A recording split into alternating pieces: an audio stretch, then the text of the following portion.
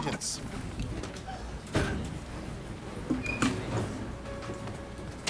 Pledge allegiance to the flag of the United States of America and to the republic for which it stands, one nation, under God, indivisible, with liberty and justice for all. Thank you very much. Kim, would you take the roll, please? Councilmember Sandoval. Present. Chang. Yes. Kwok. Here. James. Here. Mayor Lowenthal. I am here too. Let's go. So the first thing on tonight's agenda is oral communications. This is the portion of the meeting that's reserved for people that wish to speak to items that are not otherwise on the agenda. If you'd like to speak under oral communications, fill out one of these cards. In most cases, we can't act on it tonight, but we'd be happy to hear you speak. And I have exactly one card. That's from David Schianti. So if you'd like to come up, give us your name and address again for the record, and take your 3 minutes. Yeah, Mayor, council members, I just want to give you not an update, but a little the situation we had a while ago about DACA swimming at Blackberry. It came up before and had some concerns about it. I just want to let you know that we really don't have any problems with the swimmers. The lighting is not an issue. They put up 2 portable light stands that are facing away from the houses, so the lighting is not an issue. I was real happy and quite surprised that I'm not hearing any whistles. I was anticipating whistles, you know, with the swimming and everything and the whole speaker thing, but it's been going quite smooth. The traffic is a little bit of a situation. I wasn't expecting quite so many cars coming in and out so frequently. I guess I was thinking of one long swim meet or swim, what do you call it, the practice, but what it is half-hour swim intervals, and there's actually some kids on my court that are swimming there, so I just want to let you know that things are going well, and we have no problem with the noise as far as the swimming and whatnot. Thank you very much, David, for coming and speaking tonight. You know, I just want to comment on that, David, because we so frequently get people email, call, come and tell us all how terrible we are or how concerned they are. And it's very infrequent that someone comes back and says, yeah, you know, I was worried about it, but it really worked out to be fine. So I think that's good for us to hear, and it's good for the community here, and I thank you for making the effort. Thank you, David. So if no one else wishes to speak under oral communication, we'll move on to new business. So item 2, Therese, have you got something to lead us in with? I do. We have a slideshow on. There'll be 3 of us tonight giving the presentation. I'll give you an introduction. Jonna will go through the specific alignments and some of the rejected alternatives so you understand what was considered for study areas A, B, and C. Because there wasn't time for you to walk to the top of the ridge and actually see the quarry from Stevens Creek County Park, we have some shots of that so that you could see what that looks like and where the trail would go through there. And then finally, you'll hear more about the environmental document for study area A. The actions we want you to take tonight are to decide whether or not to approve the feasibility study, areas A, B, C, and D, the environmental document for study area A. As the feasibility report states, areas B, C, and D will be evaluated under CEQA at a later date, and we'll talk more about the timing for those sections as we go through the presentation. And finally, we'd like you to authorize a resolution giving us permission to apply for approximately $200,000 worth of grant funding under the Recreational Trails Program. Our proposed project, which we're madly putting together now, in cooperation with county parks and the National Park Service, is for the equestrian hiking portion of study area A. It's the soft surface hiking equestrian path, and it doesn't include any of the hard surface area or the crossing of UP Railroad or the connection out to Stevens Creek Boulevard. So it's the most straightforward part. So with that, I'll start. This is some shots of existing trails in the area, specifically Stevens Creek Trail in Mountain View.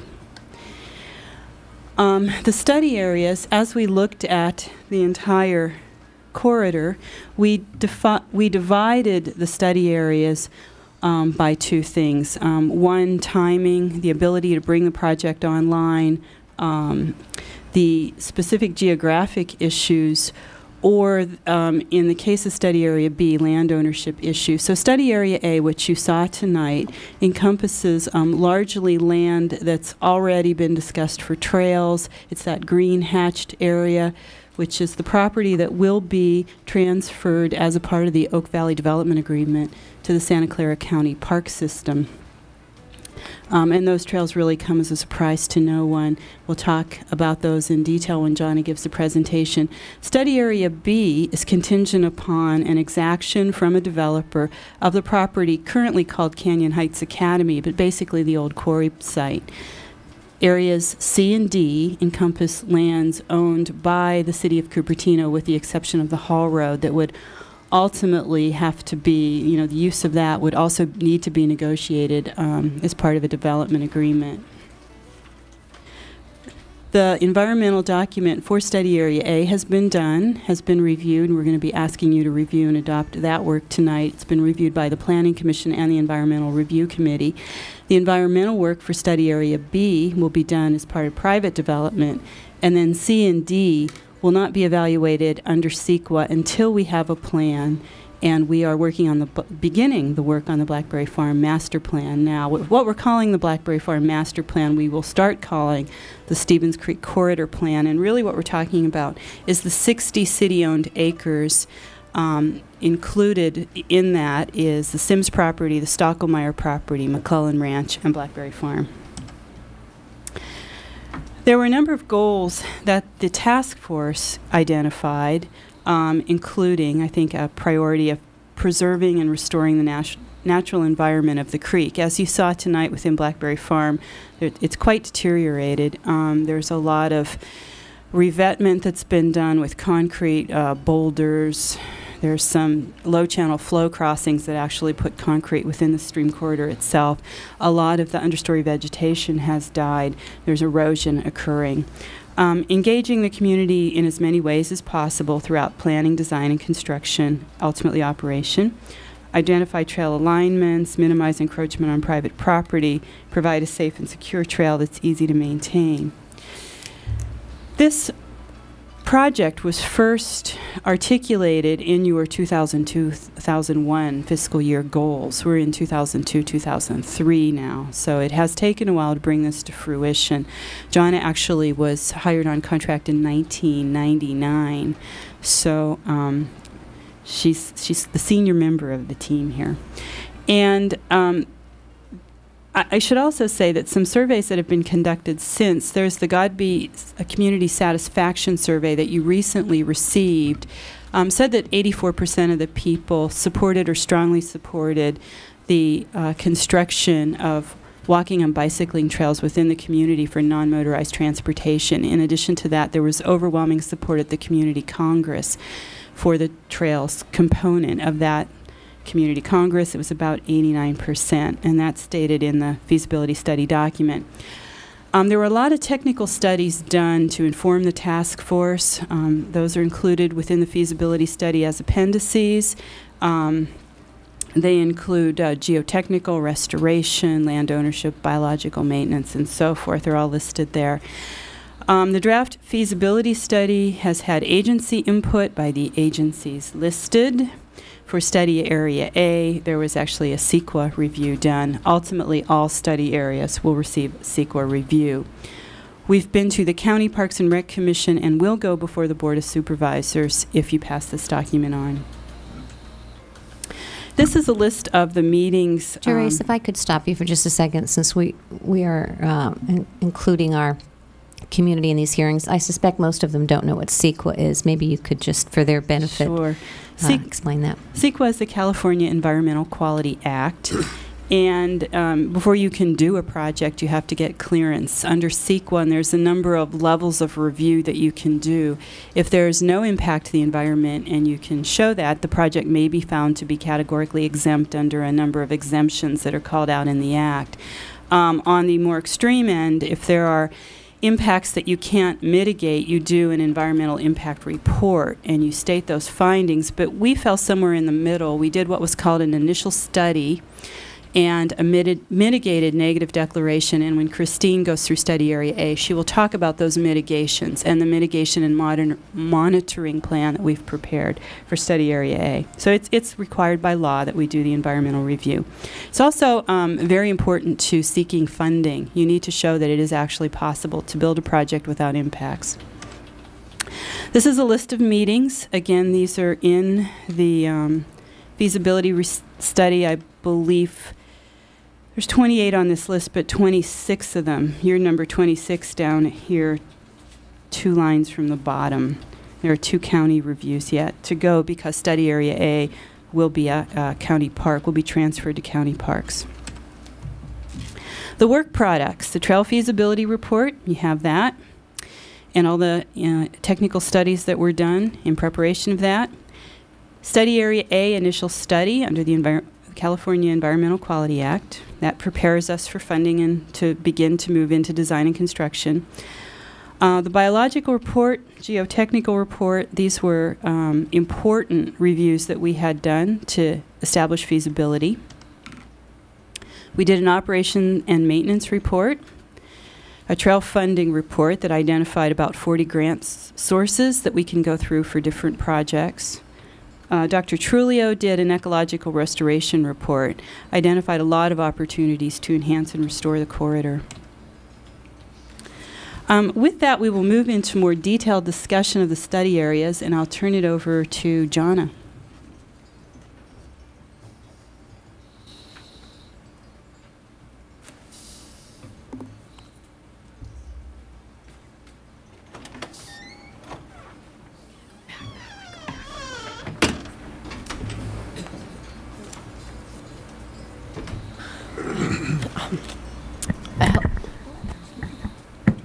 Hello and welcome to the public who have joined us tonight. My name is Jonna Sokale, and I'm the environmental planner for the Stevens Creek Trail Feasibility Study.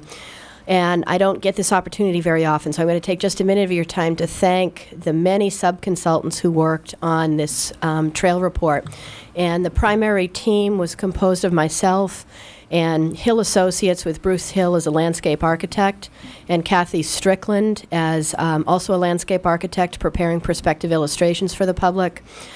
Thomas Reed Associates, Christine Schneider is in the audience tonight, and Mike Waller from Hexagon Transportation did the work on Study Area A, CEQA work. The biological report and the restoration report that are part of the main feasibility report as appendices were prepared by Dr. Lynn Trulio. The geotech report was prepared by by Cotton Shires and Associates out of Los Gatos. The operations and maintenance report was prepared by a true trail veteran, Glenn Lyles, who is now an independent consultant. For 30 years, worked for the city of Mountain View. And I prepared the trail funding report as an appendix to the report. So it's quite a good team, and I'd just like to thank them for all of their work efforts. With that, let's take a tour of the 4 study areas. Study Area A abuts Rancho San Antonio County Park. There's 130 acres there that currently belong to the San Jose Diocese. They'll be transferred to county parks under the Oak Valley Development Agreement, and that transfer should occur quite soon. In Study Area A, there were a few specific design challenges that we worked on.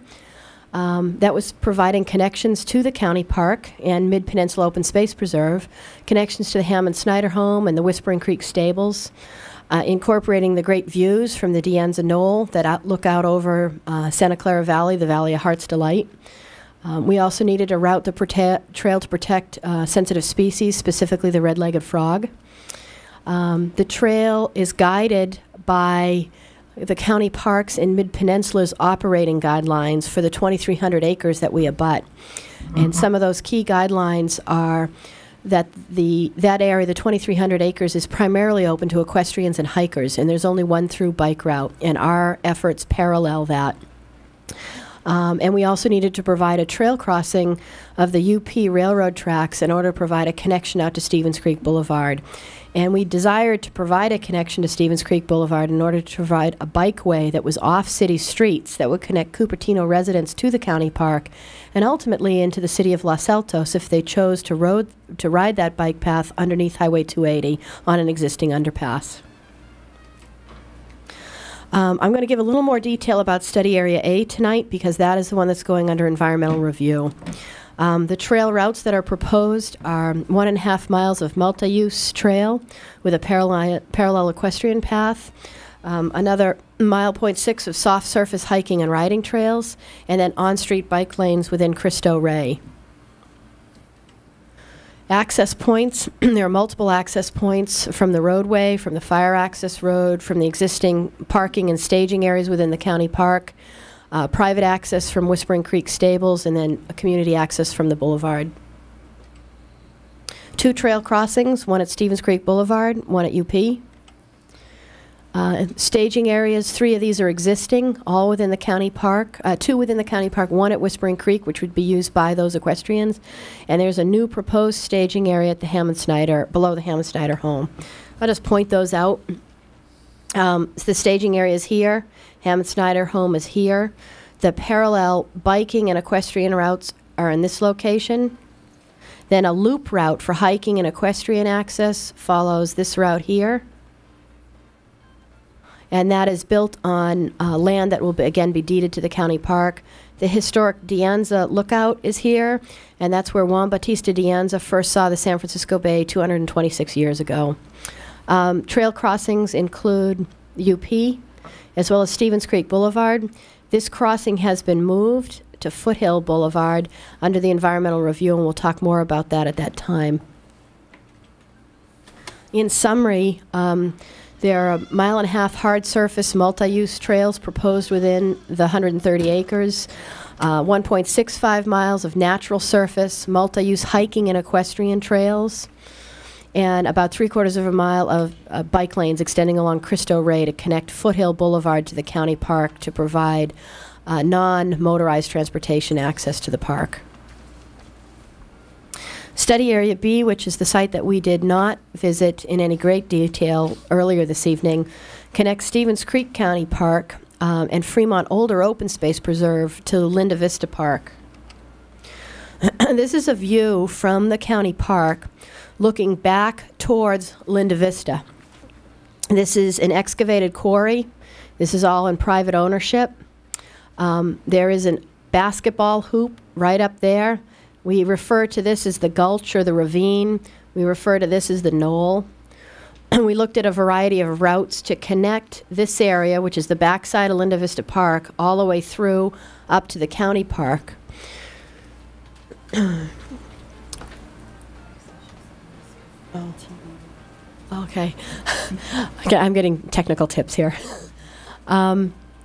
In Study Area B, these were some of the key challenges. The connectivity between the county open space and Linda Vista Park, the amazing views that you get from that elevation, looking out all the way across Santa Clara Valley. As you saw in the previous photograph, the very steep and eroding quarry slopes, potential sensitive species, also red-legged frog, steelhead in the creek, possibly western pond turtle within those areas, and then incorporating neighborhood concerns regarding parking and access from Linda Vista up into the quarry. Here's a map to orient you. We came in and parked within Linda Vista Park, which is shown as an existing staging area. And the neighborhood really does not prefer to have this as a staging area, but we've continued to list it in the documents so that when it's reviewed under environmental, it will be reviewed in that manner, so we won't overlook any potential impacts. We have also added a little bit of extra parking in this area with 6 additional parking lots. That is also built on private land and would be part of this total development agreement. The trail comes down the quarry. I'll show some slides. This is the floor of the quarry. These are the steep eroding slopes. Comes up the gulch that we saw and then descends down in a switchback fashion to the floor of the quarry, sweeps around and comes up an old haul road to connect to the existing PG&E access road that goes to Fremont Older, to connect to Villa Maria picnic area, as well as the Chestnut picnic area on an existing bridge and footpath in the lower portion of the park. This is a view. This is a view of. I see. Okay. Oh. This is a view of the quarry. This is the gulch here. This is a private residence that sits atop. The private residence owns a part of this slope. And the idea is to use some of the informal trails that have been developed in this area in a switchback fashion to come back up to the gulch. But if we were to have walked it, this is some of the habitat and environment that you would have experienced. It connects then into Linda Vista Park, which is the beginning of Area C. We had a number of challenges here, again, providing a connection to the vast majority of the city's creek side open space, which is in McClellan and Blackberry from Linda Vista. Private property issues around the Hall Road. So locating both on private land as well as public land, integrating the views of Stevens Creek Valley, preserving the character of the park. Issues about use and surfacing of the trail, which were uppermost in the public and the task force mind, and then crossing at McClellan Road, some of the issues. We have, again, here's the backside of the quarry. This is the entrance into Linda Vista Park. The trail is intended to skirt the back of the play area, use an existing path here above one of the picnic areas, then create a little piece of new trail to pick up the grade to provide a fully accessible trail, and then use the path that skirts the upper portion of the meadow in Linda Vista. The trail does not go down into the creekside area of Linda Vista Park here, although if someone wanted to walk in that area, they certainly could. We then use the Hall Road to connect to McClellan Ranch, and there are two alternatives here. One is an at-grade crossing using an existing crosswalk here, and the two bridges that are along. This bridge would have to be rebuilt and incorporate golf course access as well. The other is a grade-separated crossing, which would either be a rebuild of the entire road bridge or a tunnel that would be parallel to the stream course but not within the stream and the road. Santa Clara Valley Water District preferred rebuilding the bridge because this is a floodway, but this will require additional analysis to understand downstream impacts. And that's why the offline tunnel was also preserved for future analysis. Here's more of a detailed review of the trail alignment within Linda Vista Park. Here's the parking. The restrooms are down here. This is the takeoff of the Hall Road.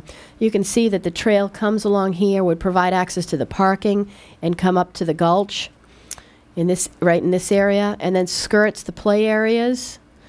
Comes along the edge of the hillside, sweeps around. This is a small portion of new trail right in here, then uses the perimeter route, and then heads out. This is the Hall Road, and this is where you get the first view of Stevens Creek.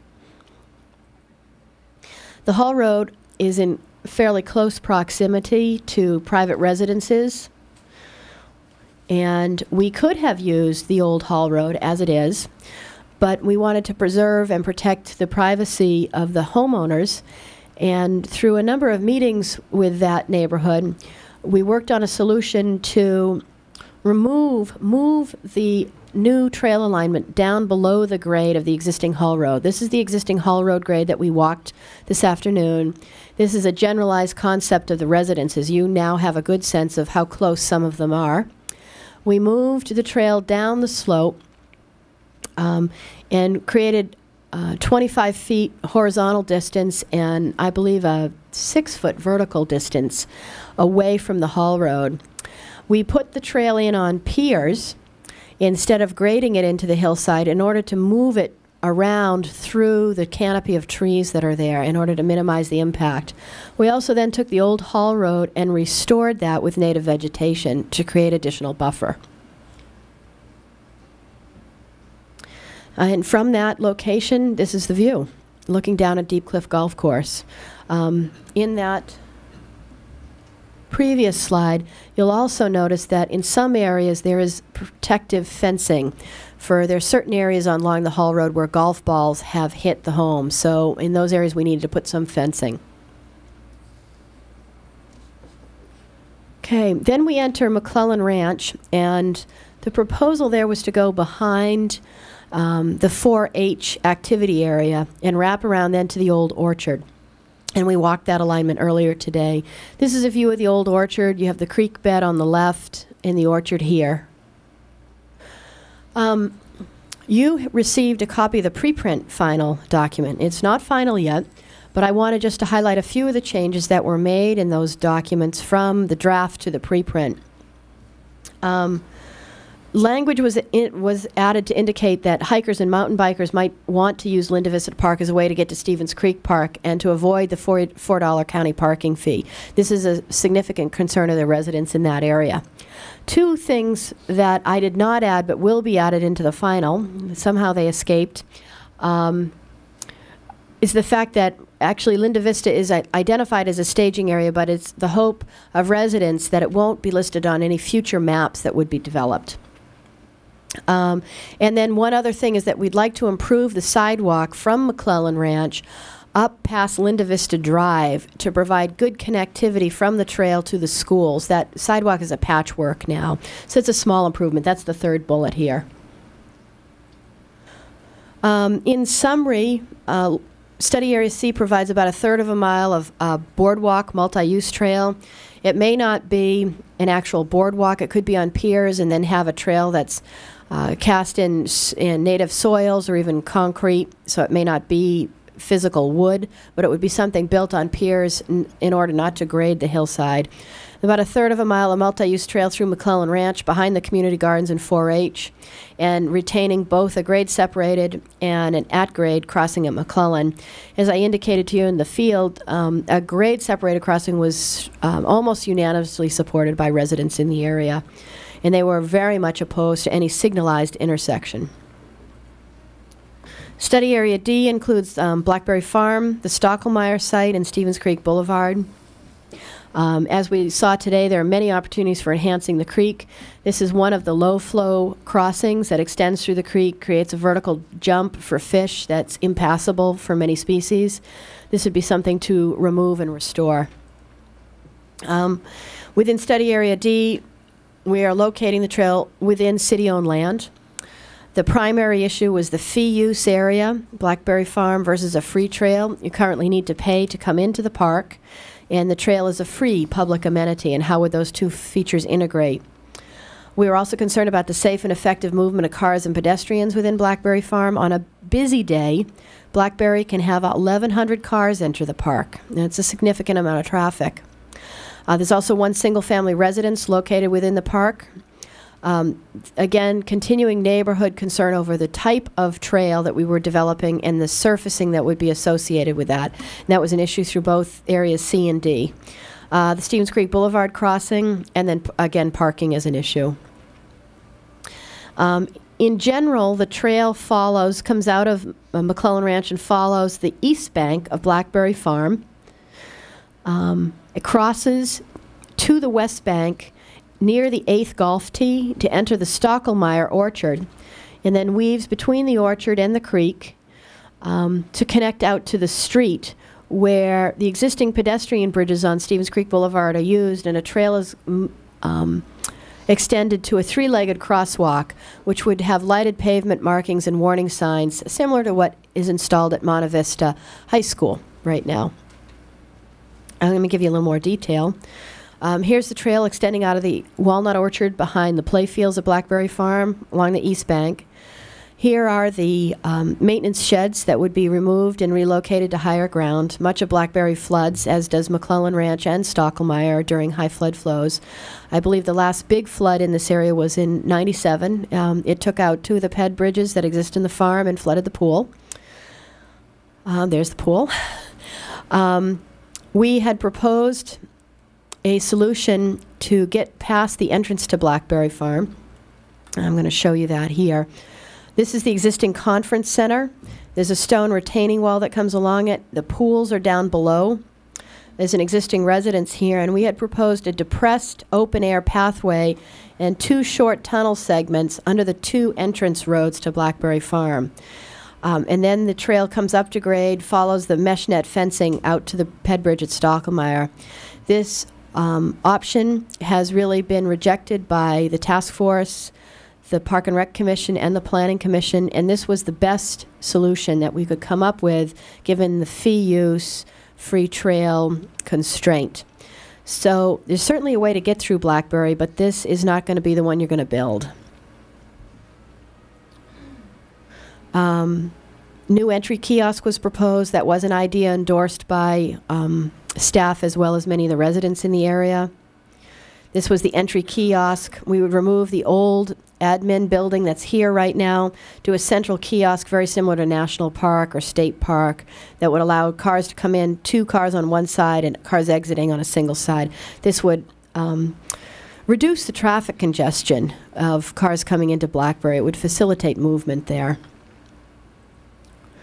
Eventually, the trail moves down along the mesh net fencing in the East Bank alignment as it is today through this maintenance area, which would also be removed and relocated and consolidated with the other maintenance building out of the floodplain, and the bridge would cross in this area.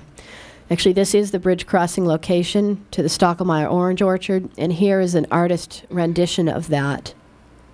You can see the orchard on the left and the golf on the right. It would then weave through the Orange Orchard and come out to Stevens Creek Boulevard. And this is where we proposed another 3-legged crosswalk. And there's an artist rendition of that. As you can see, this includes median island fencing to prevent people from running across the road in any location. It grows a leg at Blue Pheasant, a leg at Farlap, and 1 leg on the north side of the boulevard. Here's the trail using the existing ped bridge.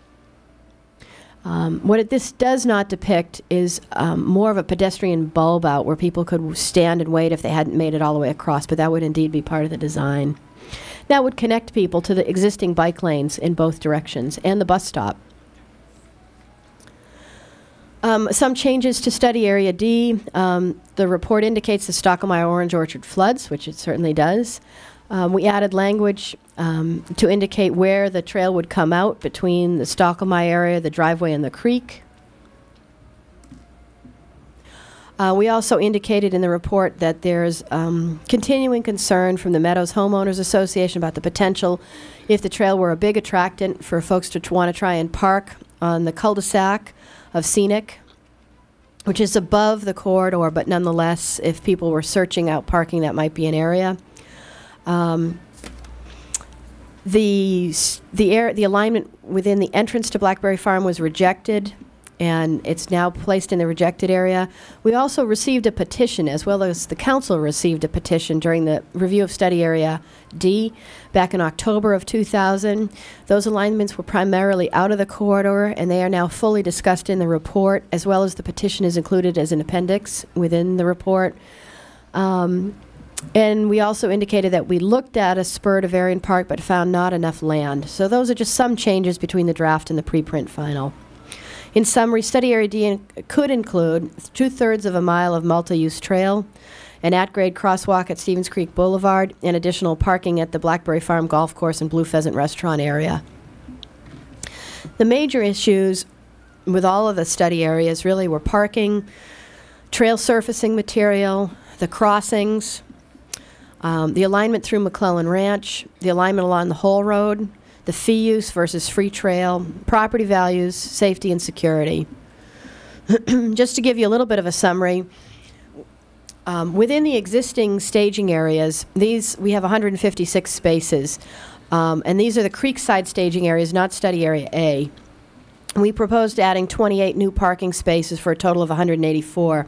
This does not include any of the 950 spaces that exist within Blackberry Farm. And we did not include those because they, at this time, require an entrance fee.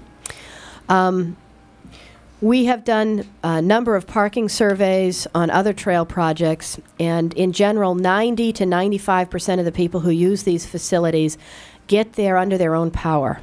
They travel by bike, by skates, by foot. So parking is not as big of a demand as it is often perceived by the neighborhood. But as you know, are well aware, Cupertino has been plagued by parking shortages for a long time, and some of those shortages have been in this area associated with the schools. So there's more detail on parking too, should you want that. I talked about the access points in Study Area A. These are the access points within the Creekside area. We have a number of them. The more access points, the less need for parking because people can just get there from their home. The proposed alignments, this is in total. We've got about 6.5 miles of trail. We've got bike lanes on Cristo Ray, as well as using the existing bike lanes on Stevens Creek Boulevard, a crosswalk at Stevens Creek Boulevard, and some type of a new crossing at McClellan Road. Surfacing options and trail use.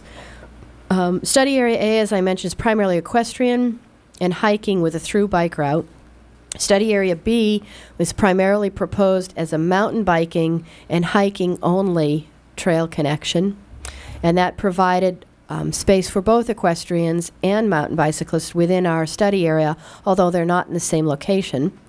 Study areas C and D were generally viewed by the task force, the community, and the commissions as needing to have a consistent trail use and surface, and that was hotly debated. We proposed and we determined it is indeed technically feasible to build a multi-use asphalt-based trail through that area. That was voted on, a 9-3 vote on the task force. Park and Rec Commission supported a multi-use trail with a different type of surfacing. That's what this slide indicates, some of the different types of surfacing that are available to you that would support almost all uses except inline skating or small wheeled vehicles. The Planning Commission was reviewing the document primarily for conformance with the general plan, so did not weigh in on this matter.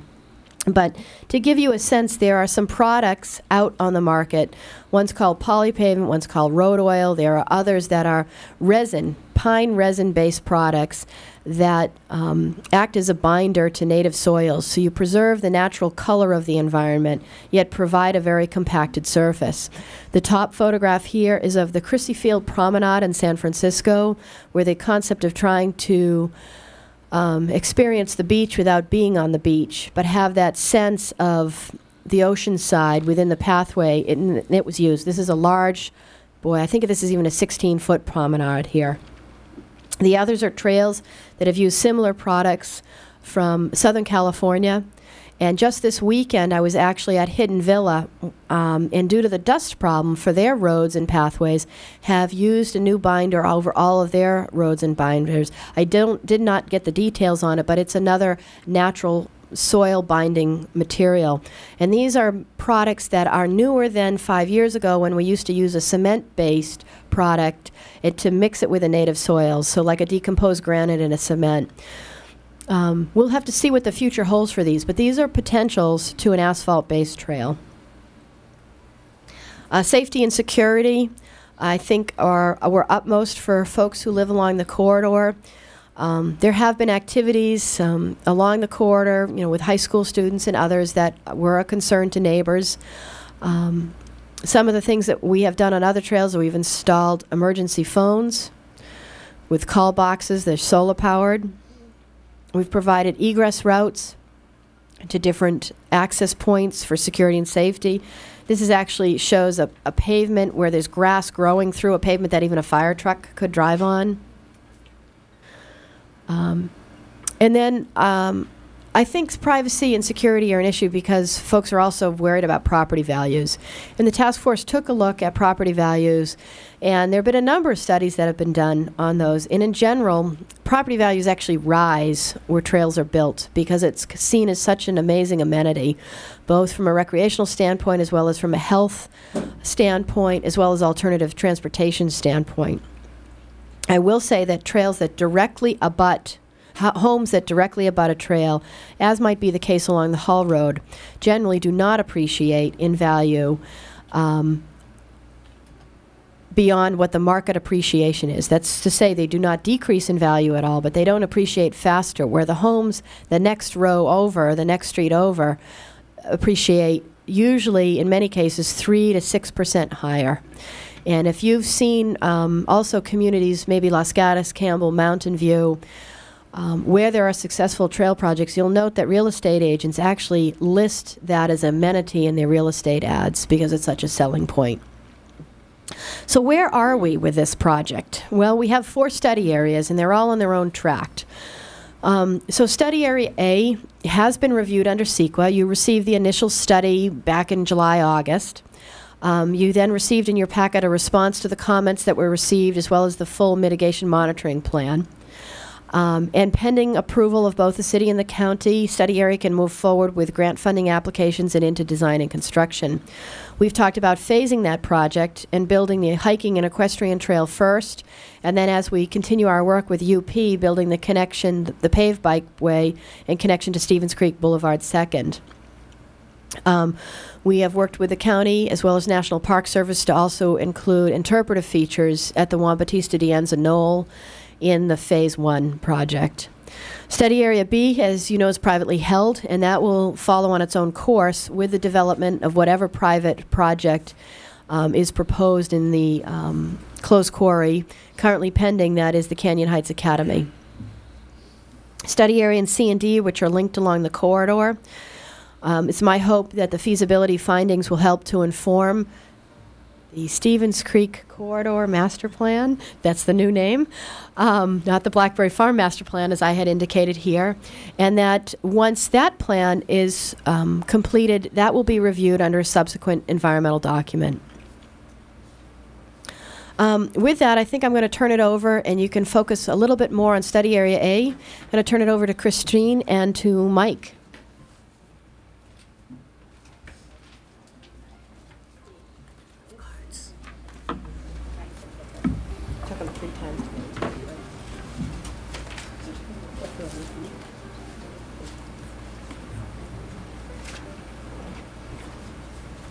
Hi, I'm Christine Schneider from Thomas Reed Associates, and with me is Mike Waller from Hexagon Transportation Consultants. And we performed the environmental analysis for Study Area A, and which happened to be an initial study mitigated neg deck. And what we found, the findings that we found, were that the proposed project will provide enhanced recreation opportunities in Study Area A, and the project's negative effects can be avoided or reduced through the implementation of mitigation measures as listed in this document that we prepared. What we found by going through the initial study checklist was that we had a total of 7 different environmental effects that were not listed as no impact. Now, 5 of these 7 environmental effects could be mitigated using what's called best management practices. Those are standard mitigation measures that are used in most projects. And of these 5, the only impacts were from the construction phase of the project. Now, the other 2 remaining environmental factors, which would be biological resources and transportation and traffic, will be discussed further. First, we'll go through the biological resources. We found that the Study Area A has the potential to have sensitive species, including the California red-legged frog, the loggerhead shrike, the merlin, and 2 species of oaks. In addition, the sensitive species potentially in Study Area A include the western pond turtle and the burrowing owl. So what we found was we identified an impact from trail construction and use, which could impact sensitive blue oak woodland, freshwater wetland, and riparian habitat. The mitigation for this would be to construct aesthetically pleasing fencing to prevent off-trail use along the trails where sensitive habitats are known to exist. And what this would do would be to separate the trail users from the sensitive habitat. This is a map of one of the most sensitive habitats in Study Area A. This is the area right along Crystal Ray Drive, which goes up in the northern part of this photo. And there is a proposed sidewalk that is part of the trail along Crystal Ray Drive. And an alternative to that sidewalk was created along the hillside area along this, and this was mainly because the sidewalk right now is not wide enough to support equestrian use. And so what would have to happen is that the sidewalk would have to be expanded, especially in this area over here, by 6 feet boardwalk. Now this boardwalk would have to be cantilevered because this is a very steep slope in this area. This is costly, and so we came up with another solution to bring the trail users into the actual hillside area itself. However, one of the points about this trail is that it would be closer to the wetland and California red-legged frog habitat. So there were some little bit difficult issues to deal with, but we came out with a pretty good set of mitigation measures for that. This is the wetland. This is a photo showing the wetland at the bottom of that ravine next to Crystal Ray Drive. We also identified an impact of increased use of volunteer trails, which could result in degradation of riparian values, both the wetland and the riparian values. So the mitigation measures were to close access to these volunteer trails, to monitor and maintain trail use, to use brush to cover bootleg trails or shortcuts, and to discourage use until natural vegetation would return. There are also areas along the creek, there are areas along Study Area A which have wetland areas in addition to the Crystal Ray Drive area. And the trail goes across these areas, and so there is a potential impact from the trail to disturbing wetland in this seep area. And the mitigation measure is to follow the trail design guidelines from the Santa Clara County Trails Master Plan, including those for drainage crossings. I want to add here that we tried to use the Santa Clara County Trails Master Plan as much as possible. It is an adopted document. It's an accepted document that's used widely in the county for trails. Another impact that we've identified is construction of the trail could indirectly impact water quality in the California red-legged frog habitat in the wetland areas. And again, we would be following design and use management guidelines from the Santa Clara County Trails Master Plan, including trail monitoring and use guidelines. The trail alignment in the ravine adjacent to Crystal Ray may be constructed within the drip line of at least one existing oak tree. That's also a potentially significant impact to any types of oak trees because disturbance of existing native vegetation could cause them, well, it could cause mortality. So the mitigation measures were to locate the precise route of the trail to avoid disturbing trees to the extent possible. And if the trail must disturb the soil within the drip line of a tree, locate it so that the trees disturbed are smaller than listed in the Heritage and Specimen Tree Ordinance of the city. And if they're smaller than those listed in the Heritage Tree and Specimen Ordinance of the city, it's easier for the trees to recover from any kind of construction effects that are close to the drip line of their limbs. This is the area that we're talking about. This is the wetland adjacent to Crystal Ray Drive, and here are the oaks that would have the trail be located adjacent to them. Another biological resource was the segment of the trail along Permanente Creek is proposed to be within 100 feet of the riparian corridor. Generally speaking, we try to keep at least 100 feet outside of a riparian corridor in any use, including trails. So the mitigation measures were to construct an aesthetically appropriate fence, such as a split rail fence, that would be placed along the trail near the creek to prevent the users from intruding into the creek corridor, and adding native plantings in that area to further serve as a setback. And these plantings will enhance the trail experience and reduce the potential impacts to the creek by increasing vegetation density between the trail and the creek.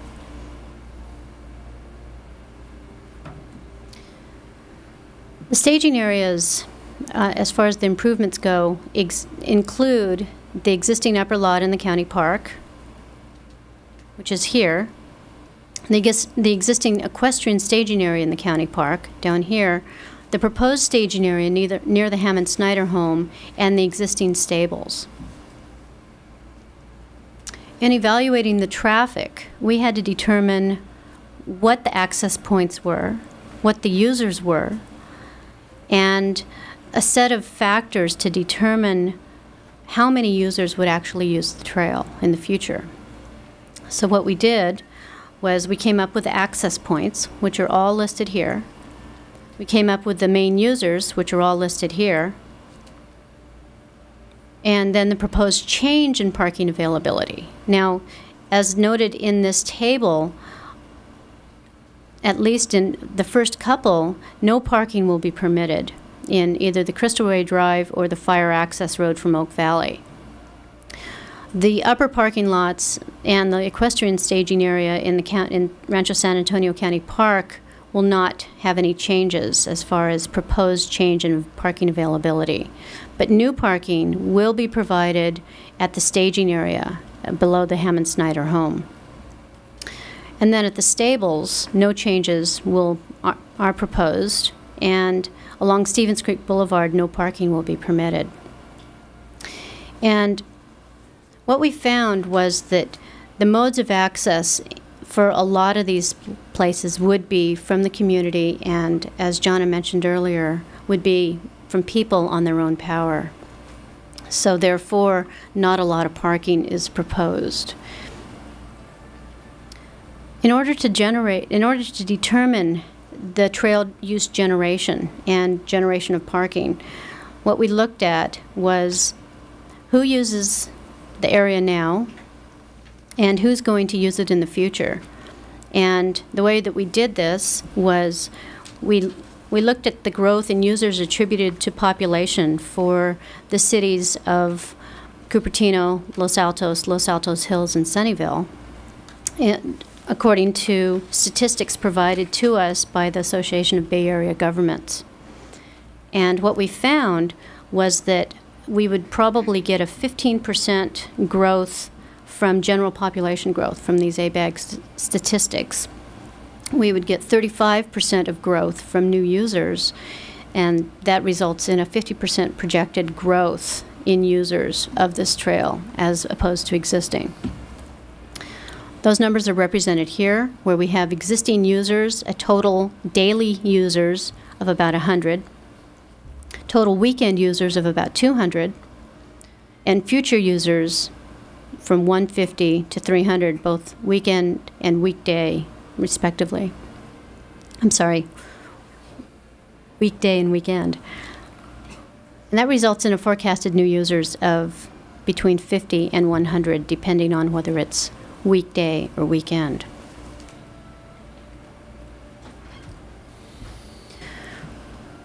We also identified a potential impact that the driveway to the Hammond Snyder home staging area is unpaved and is currently steeply sloped, creating a hazard. So we came up with some mitigation measures that required that the sloped portion of the driveway to be regraded and paved along this whole area. This area that we're discussing this is the staging area, this is the proposed new staging area. So this whole area right up to the right-of-way of the railroad line down to Stevens Creek will be paved. Another issue was the proposed crosswalk at Stevens Creek Boulevard and Ridgeway Drive could endanger pedestrians and bicyclists. So we came up with some mitigation measures that the trail users will be directed to the crosswalk at Stevens Creek and Foothill Boulevard, which I'll show you on the map. That would be here. This is where a proposed crosswalk was going to be. I believe it was right here. And we're now proposing that the trail users go from the staging area or from connections to the staging area down here, stay on the north side of Stevens Creek Boulevard to the crosswalk and signalized intersection at Foothill Boulevard. And the existing right-of-way will be improved to provide a Class 1 bike path to this intersection. Since this is a relatively new development, can you explain to the viewing public what that means, a Class 1 bike path there along Stevens Creek Canyon?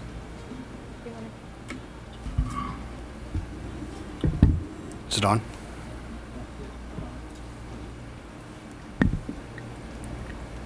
Basically, the idea was to avoid pedestrian contact with the trucks on Stevens Creek, running between the quarry and Foothill and the freeway. So the bikeway would be about a 10-foot wide, 8 to 10 foot wide paved strip on the north side of the road, set back about 2 feet from Stevens Creek Boulevard. There would probably need to be a maybe a 2 to 3 foot high barrier. Split rail fencing had been suggested to separate the pedestrians and bicycles on the trail from the road. And we've come up with some concept drawings that illustrate the adequacy of the sight lines between the driveways that penetrate through the sound walls along that side of the street and the bikeway itself. Based on an analysis of those sight lines, we've determined that the bike speed needs to be 10 miles an hour or less on the trail. So there would be, signage that would indicate that that was the speed limit on the trail. And it would be a nicely landscaped addition to the area. Parking would need to be removed from the area between the trail and the sound wall, because if vehicles were parked there, it would restrict the sight distance even further and create a safety hazard.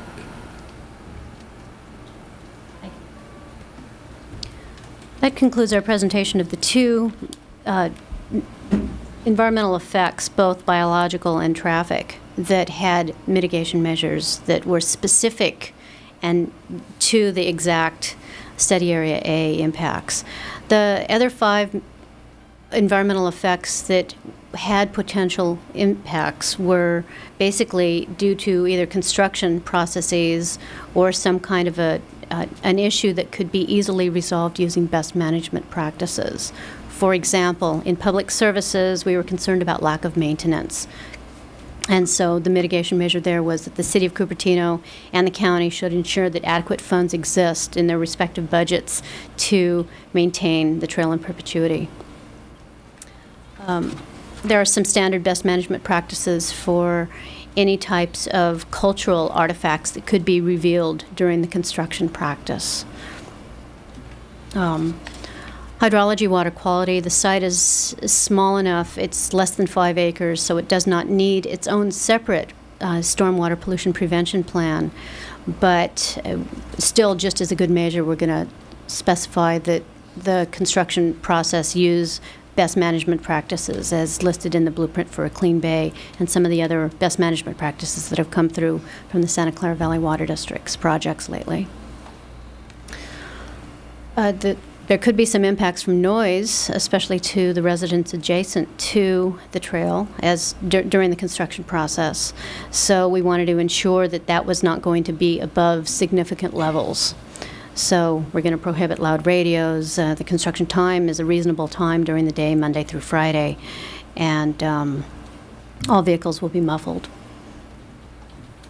And then finally, the construction could result in dust, and so best management practices for construction sites shall be implemented, and these are set forth by the Bay Area Air Quality Management District and call for mitigation measures such as watering the construction site twice daily and making sure that all vehicles that carry material back and forth along the construction area have a certain amount of freeboard in their vehicle area, in their load area, and are covered.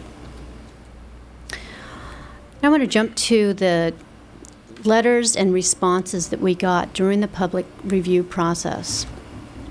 This is something that's not really required for the initial study mitigated negative declaration process, but we definitely wanted to do it.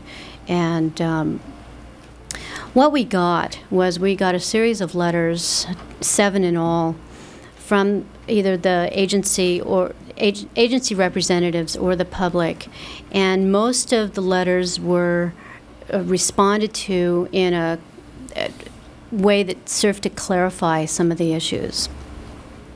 The first agency letter was from the Fish and Wildlife Service, and they're concerned about California red-legged frog issues because it is a federally and state-listed species. And they agree with what our analysis was for the impacts, and they also agree with the findings that we made that no impacts will occur to this federally listed and state-listed species. What Caltrans said was that they were appreciative that they were given a chance to respond, but since the project does not impact any state highways, they had no further review authority.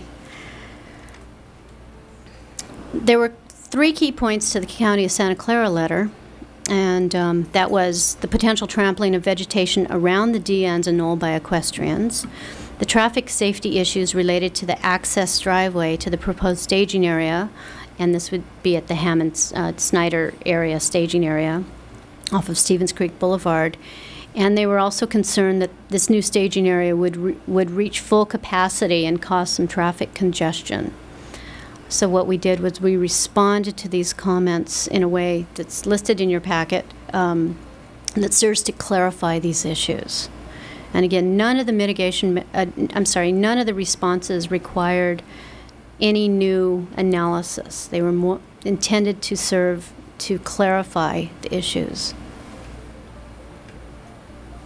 We also had some community member letters, and the first one that we had raised a total of 17 separate points, which we responded to.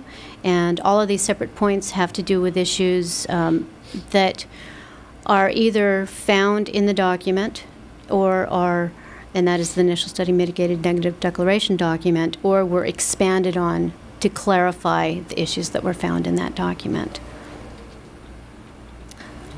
The same thing with this other letter. We had key points that were the commenter wanted to know the conclusions of the geotechnical impact analysis, since this area is located adjacent to the San Andreas Fault. The potential for soil erosion from both the construction and operation of the trail, the proximity of equestrian trails to bike trails, the protection of trees, especially in the area adjacent to Christoria Drive, where we've put the trail as an alternative down into the creek and wetland area, and the establishing of a setback from riparian and wetland areas. And again, we clarified the issues. All of these issues have been raised and dealt with in the initial study mitigated negative declaration document, and including a mitigation measure, which I pointed out earlier, which is talking about how the trail could go through areas that were less than 100 feet from Permanente Creek, and how there's a mitigation measure to ensure that no impacts occur from trail users in that area. We also had a letter specifically addressing some of the issues in the Blackberry Farms McClellan Ranch area, and so this letter wasn't really pertinent to what was going on in Study Area A. However, we will consider this letter, and we'll definitely, it's part of the public record, so it is included in this document, and it will also be dealt with when that part of the study area is going through its CEQA review. And the last point was also from the city, and that was a concern about impacts which may occur along the northern side of Stevens Creek Boulevard. And Mike just talked a little bit about this as far as the residents that live on the north side of Stevens Creek Boulevard, and making sure that they had enough sight lines if there were any proposed trail users in that area right in front of their house.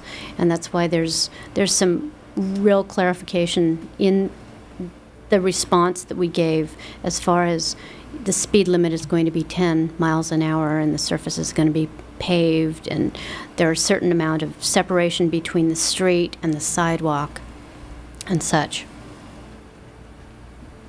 And so in conclusion, the findings that we have for study area A, for the initial study mitigated negative declaration, are that the document states that the impacts identified are less than significant with mitigations incorporated, and the implementation of mitigation measures will ensure that all significant impacts will be avoided or reduced to insignificant levels.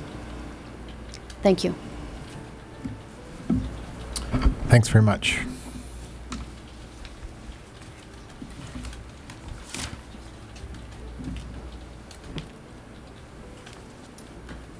If possible, we would love to take questions from the council.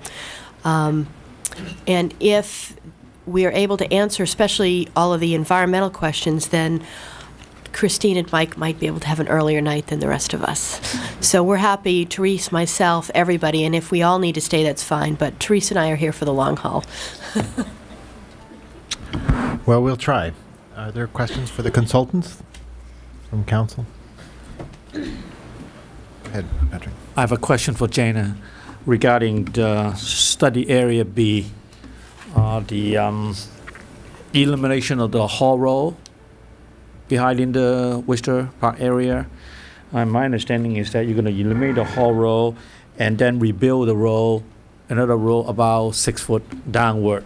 Have you done any cost benefit and find out, if you reduce it by 6 foot, what the cost is, how much reduction in noise level? Mm-hmm. We looked at sort of 3 alternatives there. One that actually 4, 2 that we've pitched, but you could use the haul road as it is. Mm-hmm. Cheapest alternative, probably most impact. You could take the haul road in its current location, depress it by about 3 feet.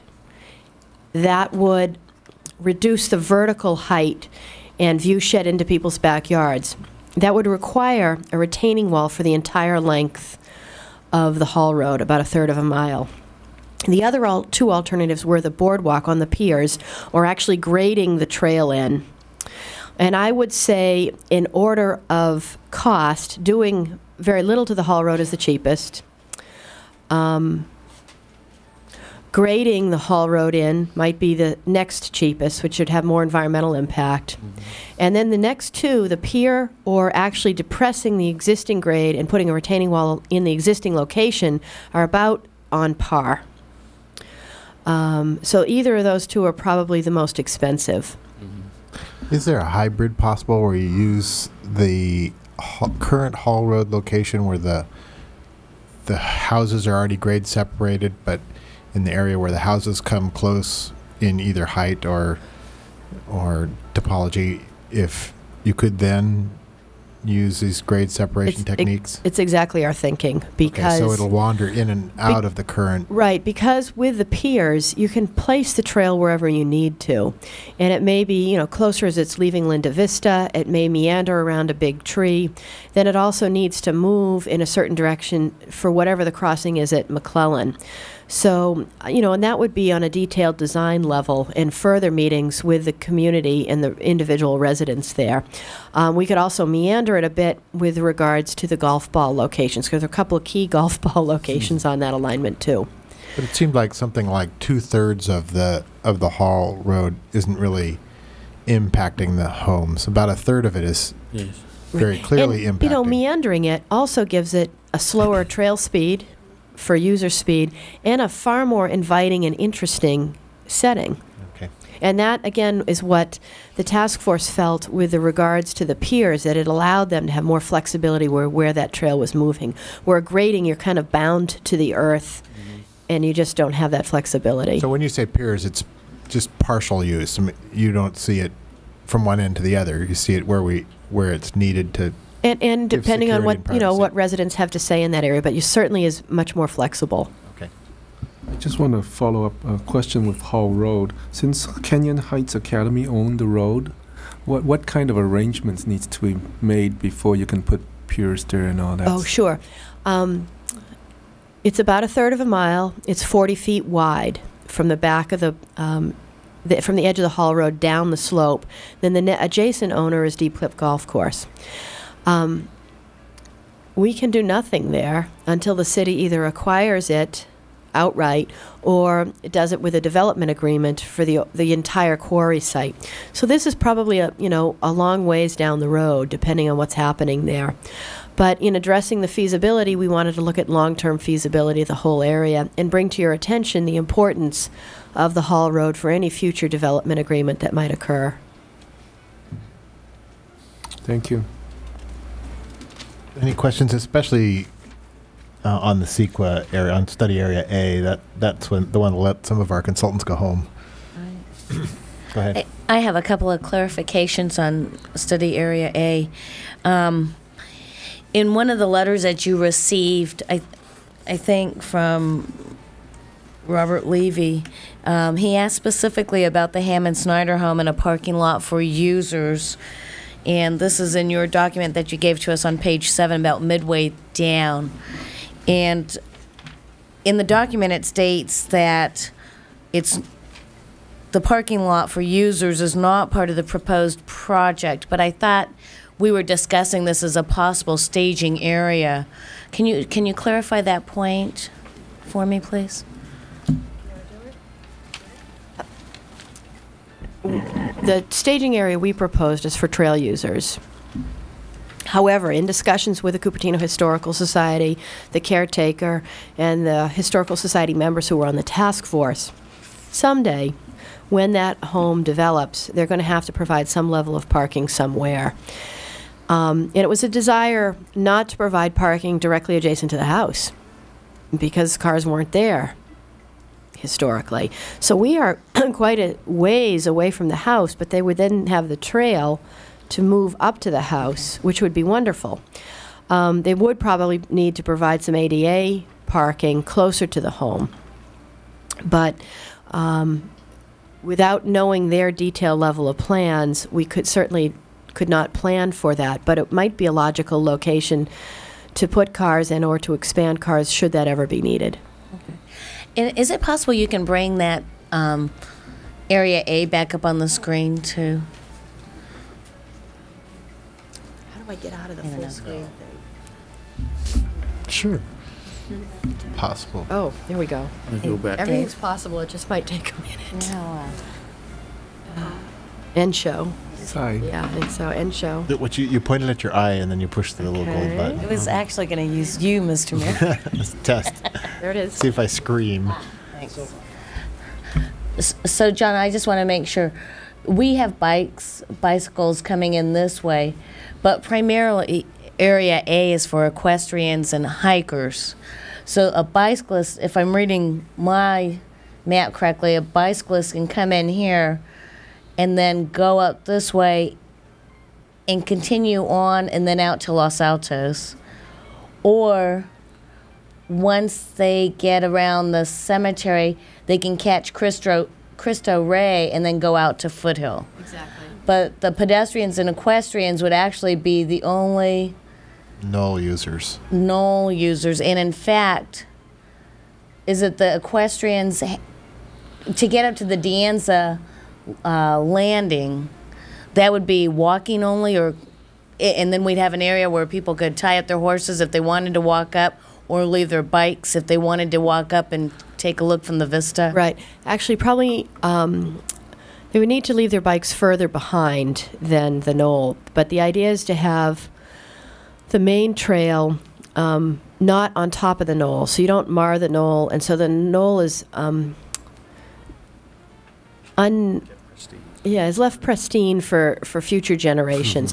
And there would be interpretation, and National Park Services is very interested in helping to fund interpretation. That'd probably be on the back side of the knoll, where there would also be hitching posts to leave your horse and then to walk up to the knoll, and sort of get that ooh-ah when you get to the knoll and get to see the view. That feeling of wow is especially experienced when you're coming in the opposite direction from how we hiked, when you're coming up from the paddocks, because you don't know the view is there until you reach the top. Okay. And then I asked you a question earlier that I'm going to ask on the record in regards to dogs and the comment about there not being allowed in this particular area. And if you could speak to that, even though you spoke to me, I think other people in the audience may have a question about why dogs would not be allowed in this area. Okay. We evaluated this area without dogs, even dogs on leash, because this 130 acres will be directly attached to Santa Clara County Park and Mid-Peninsula Open Space District Preserve, and there are no dogs allowed within those areas, and that's a county and mid-pen policy that's been developed over the years. And my feeling is it's just too hard to operate under different sets of rules when the trails lead directly into an existing facility. So if we wanted to change that, that would have to be something that we would undertake with county parks and with the board. I don't know if that's possible. And there is an agreement for operation between county parks and Mid-Peninsula. So that was our reasoning. And then there was a further question, too, because folks noted dogs around the stables. And I noted that the dogs are within the stable area, but that is private property leased to Whispering Creek, and that's where the dogs are. Okay. Thank you. Good. Any other questions on any topic? None? Okay, we've got a few cards from the audience. Let me remind the audience that if you wish to speak on an item, you need to fill out one of these pretty pink cards and give it to Rick, who will give it to me, and then I'll call you up. When I call you up, you'll come to the microphone here, give me your name and address. You'll be limited to speak 3 minutes. It'll start with a green light. When you're just about out of time, it'll go, the yellow light will come on. And when you are out of time, the red light will come on and you'll sit down. Mr. Mayor, point of clarification. Many people have not indicated which item they're speaking to. I'll take care of that. Thank you. No problem. This is good. Then it's there for Why don't you give me the rest of the cards so that I can, when you're ready. You need to type them in, go ahead. So first up is Robert Levy, and after Robert will be David Greenstein.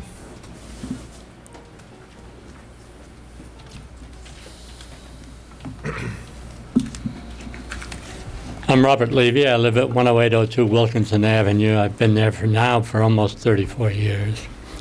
Let me state first that I'm a trail user. I had high hopes for the Stevens Creek Trail when it was proposed.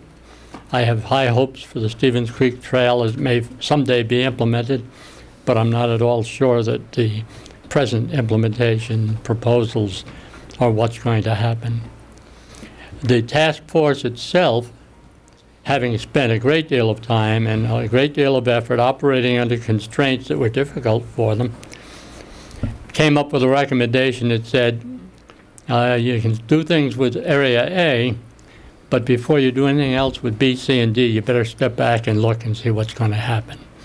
That the proposal that they have in the feasibility study is not one that they can recommend for your use. So I think that the major points on this evening's items, and I put in a card for each one of the items, 2, 3, and 4. The feasibility study, as stated by the task force, isn't complete, isn't correct, and works well as an idea book, but not as something that's going to be implemented.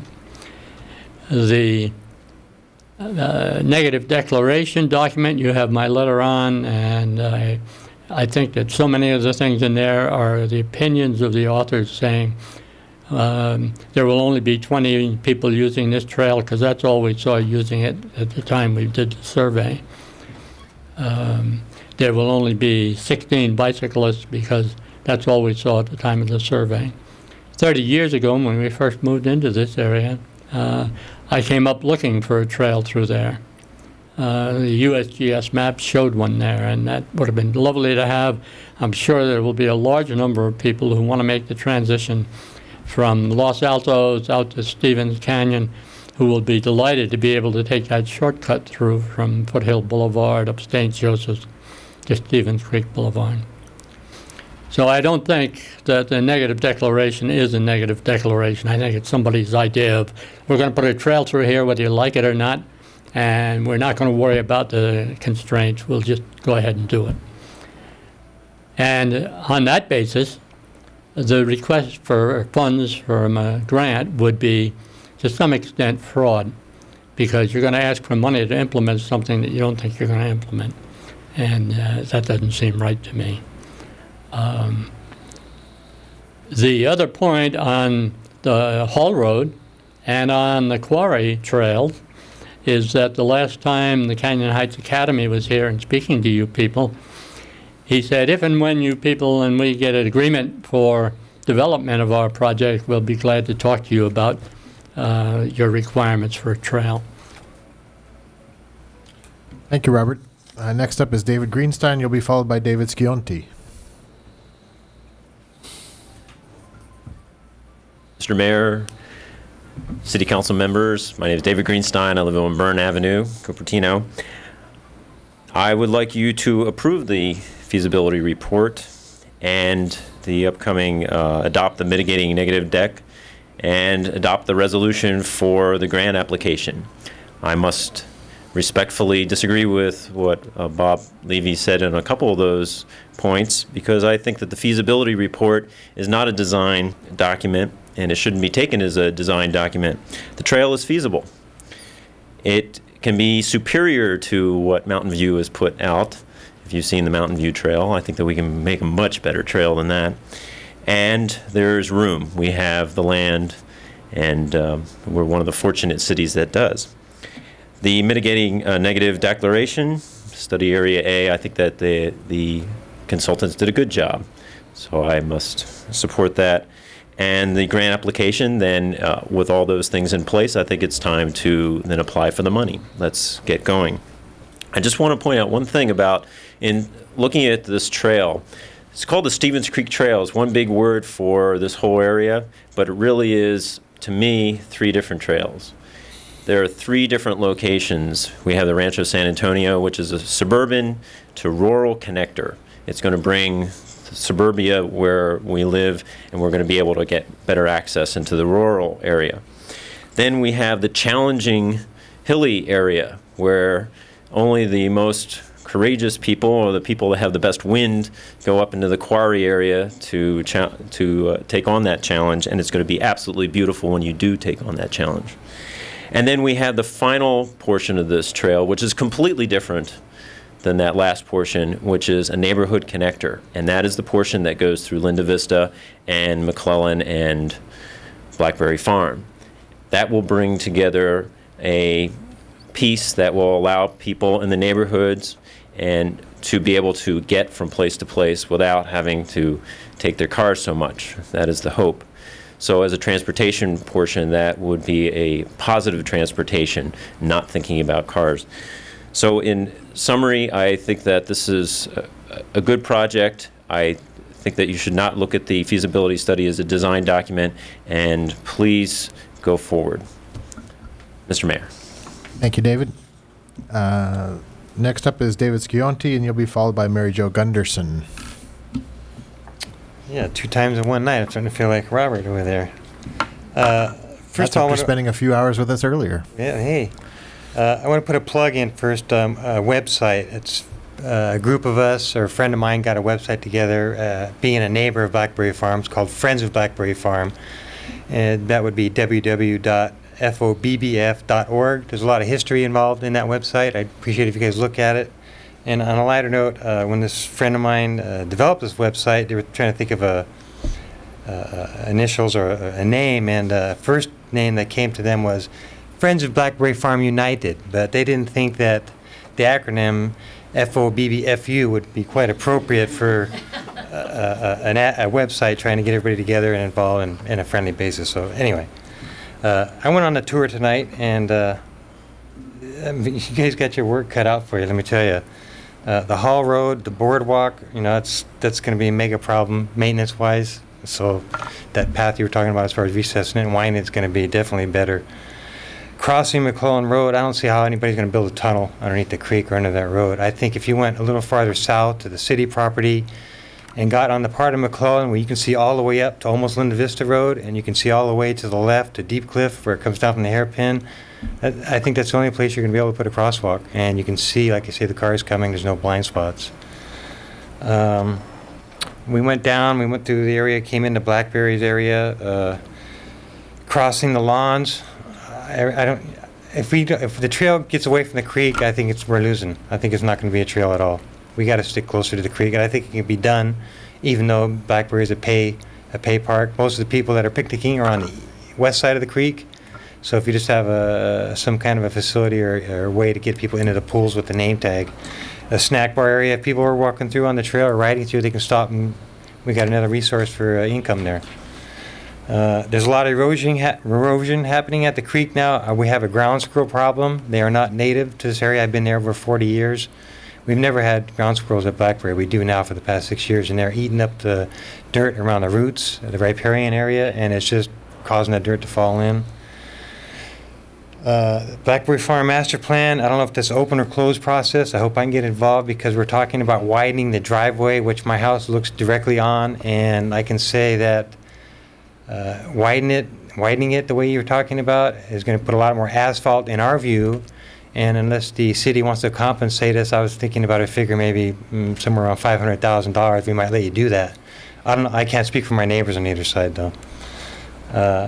Also, the Astoria project, you got going to houses going up by the Union Pacific Railroad tracks. They've been advertising direct access to the trail. I brought that up at the Planning Commission a couple weeks ago. How are they bringing this up, and why are they bringing this up, and how they got that information? That project alone is going to bring a lot more traffic to our area. We want the driveway moved to Stevens Creek. It is doable. It can take some reconfiguring of the golf course, which is also added plus. Thank you very much. Thank you, David. Kim, I wonder if you can take a note to be sure that David's on the list of people involved in the Stevens Creek Trail corridor or the Stevens Creek corridor master plan. Thanks. Mary Jo Gunderson, let's see, we need your name and address, and you'll be followed by Cornelia Woodworth. Okay. I'm Mary Jo Gunderson, and I live at 22074 Baxley Court. And I was one of the representatives of the Linda Vista neighborhood on the Stevens Creek Trail Task Force. I also live backing up to the Hall Road in Area C. And first off, I want to say how much we appreciated the efforts of the task force and the city staff and the leadership in incorporating the neighborhood in the process. We had 3 outreach meetings to the Linda Vista neighborhood, one early on in the process to find out what the concerns were, and 2 later on to come back with a design and work something out that the neighborhood could live with. And I think we did something, we weren't all thrilled with it, but it was definitely something we could live with. And now you've brought up the idea of the cost benefit of revamping the Hall Road, and while certainly that's an important thing to consider, as we understand it, this trail is supposed to be around for a long time, and hopefully it's something that we can all live with. The cheapest thing is obviously to do nothing at all, no trail. If we're going to have a trail that the neighborhood can get behind, I think we really need to have a better balance than what I'm hearing of cost and benefit. And when we talk about a hybrid solution, which would take care of some of the neighbors on the Hall Road that are, I assume, level, that's great. Some of us who are higher up still might consider ourselves impacted negatively. And also, one of the reasons we were going to do the dropped trail, I think, what was it, 25 feet out, was so that we could come into Linda Vista Park away from the main road that would then take the trail behind the houses, across the intersection with the meadow where the kids do their soccer practice and things like that, and to the bathrooms in the parking lot. So I'd ask you to be careful with the changes you make with what was proposed and make sure that the neighborhood is still involved and supportive rather than trying to make a knee-jerk reaction to save money. Thank you. Thank you very much. Cornelia Woodworth, you're up, and you'll be followed by Mike Vroman. Hi, my name is Cornelia Woodworth, and I live on, La Paloma Drive near Linda Vista Park in Cupertino. And first of all, thank you for allowing me to speak tonight and calling me early, as I have a 3-month-old at home and I'm not getting a lot of sleep these days, so thank you for calling me early. I just wanted to say that I'm very much in favor of this trail. And I would very much like to see this approved. I think it will be a huge asset to the Cupertino community. But I'd like to take it one step beyond that, and not only approving the trail, but also that when the trail is approved, that we approve it for multiple use, including bicycles, including skateboarding and inline skating, hiking, running, because I think then you are not only building the trail to amend the community, but also you're being very inclusive and for all uses. If we begin excluding certain uses, then it creates more divisiveness. So you may have a trail, but if only some will use it, then I think it doesn't benefit the whole community equally. So if this trail is approved, which I hope it is, I would really encourage it to be approved for multiple use, including bicycles, particularly for children and for those who prefer to cycle instead of run or walk. Thank you very much. Thank you very much. Next up is Mike Froman. You'll be followed by Barry Feely. Maybe there's no mic here. Barry Feely, then you're up. This is Mike? Why don't you follow Barry then? Thank you. I can see why you were out. I'd like to say I want to thank everybody for all their efforts on this. I'm Barry Feely. I live on 22043 Baxley Court, Cupertino, obviously. This has been going on, and we've been following it. I'd like to mention that there was a petition with nearly 100 people signing for Area C, which is the Hall Road efforts that you're talking about there. There are many people, especially older people, which are very concerned about putting this in. Some people have had homeless already in their backyards, and they see this as another opportunity for more problems of that nature. So one of the concerns we really see is security on this. How are we going to handle homeless? What about, is it going to be a hangout for teenagers and that? Are we going to have drug use on the back end? Are we going to have other things that we hear on the news all the time? As some dead body shows up on a trail. I'm not concerned about that so much, but I do hear that, and I'm just relaying to you the number of comments that were made by people that I talked to as I went ahead and gathered this. I gathered all the signatures that I'm talking about myself. There's a lot of good things that can come from this, but I think we're a little premature on where we're going right now. We need to consider all the trails together, all the sections together.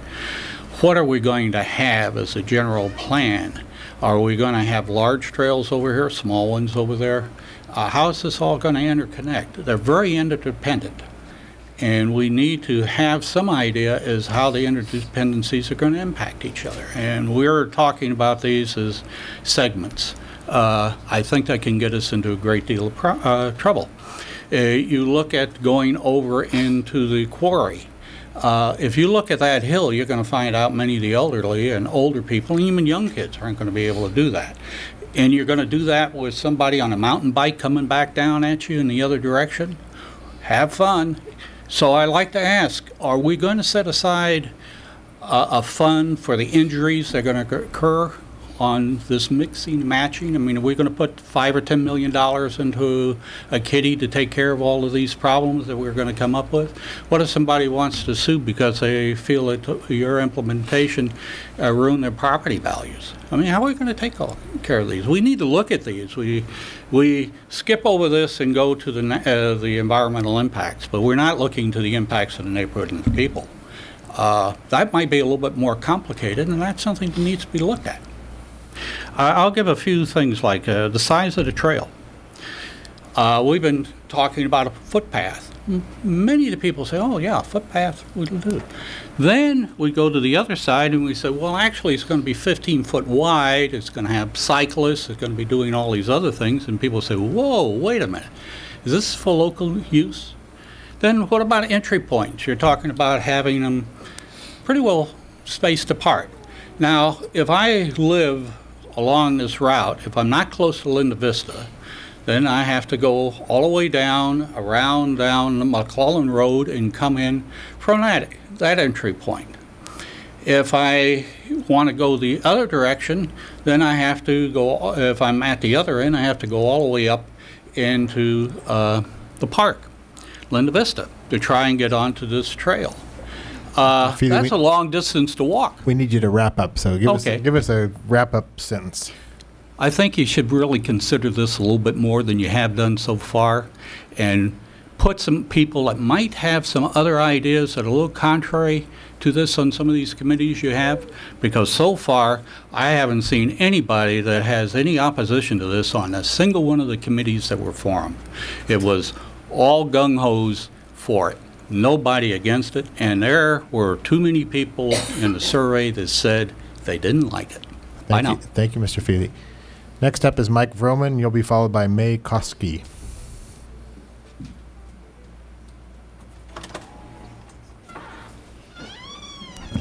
Good evening, council members and Mr. Mayor. Thank you for the opportunity to speak. My name is Mike Vroman. I live at 10681 Johnson Avenue, so I'm over on the other side of Cupertino. And this is our son, John Paul, and I'm here to support the trail and encourage you to pass the draft feasibility study, and also to approve the mitigation and the other measure that is up for consideration this evening. That I strongly encourage to have a multi-use trail, for obvious reasons. That I'd like my son to be able to get out on his bike. I work for the city of Mountain View. I've only worked there for about a year, but I'm fairly familiar with the trail in that area, and it's there are a lot of concerns, a lot of fears from the neighbors, similar to some of the things that were just presented prior to me. And those have been found to not have taken place. A lot of as I think was mentioned in the report earlier this evening, is that some of the property values nearby have actually gone up. I've heard of tenants that are actually being able to lease property because of the proximity of the trail, and there have been a lot of positive benefits, notwithstanding the fact that some people are concerned about change and about things that they're unfamiliar with. Sometimes people want to come up with scare stories and think the worst could happen, and there's I won't say that nothing bad could ever happen, but my experience with the Stevens Creek Trail in Mountain View and other trails in the area are generally actually. Does he have another 3 minutes after me? But basically, but you have to be quiet during those 3. Okay. Well, I won't. I'll spare the council. But anyway, that I just have strongly support. Also, to encourage to support the multi-purpose trail, to keep it accessible, as the lady, several speakers back, very eloquently stated, to keep it accessible to everyone, to kids, to other people who don't, who want to enjoy the environment and enjoy the rural experience in the midst of this urban area. I grew up in Montana. That I've spent a lot of time in the backcountry where you're miles from a trail, but I've also spent time in Yellowstone Park, and they have a lot of asphalt trail. I don't think asphalt may be the answer that we're looking for here, but there are hard surface, multi-purpose trails that do blend in with the environment and can be put to good use. So I encourage your support. Thank you very much. Thank you very much. Next up is May Koski, and you'll be followed by Deborah Jameson.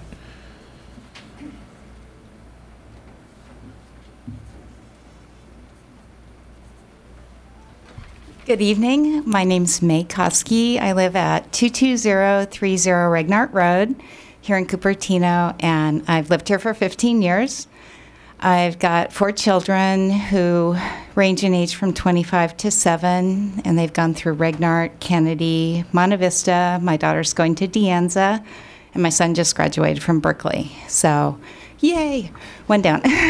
I wanted to come and just put my support in for the idea of the trail, and I hope that you'll approve all of these items that are on your agenda this evening. And I'm really hoping that at least parts of the trail can move ahead as quickly as possible. And I hope as much of the trail can be multi-use. Particularly, I would be in favor of hiking and bicycling in particular. I know that we have concerns in our nation about health of our children and actually health of us older folks. And I think if we can have more resources available to move around the community without cars, we're going to be in much better shape and happier as well. Probably meet a few more of our neighbors. As I said, I live on Regnart Road. My house adjoins the Fremont Older Open Space. And so we get a lot of people coming up to use the open space up Regnart Road. Many people go up Prospect, but more bikers and hikers come up. A lot of people come up Regnart Road, not as many as on the Prospect side. And what I found is that most of those people are Cupertino residents. Many of them are families.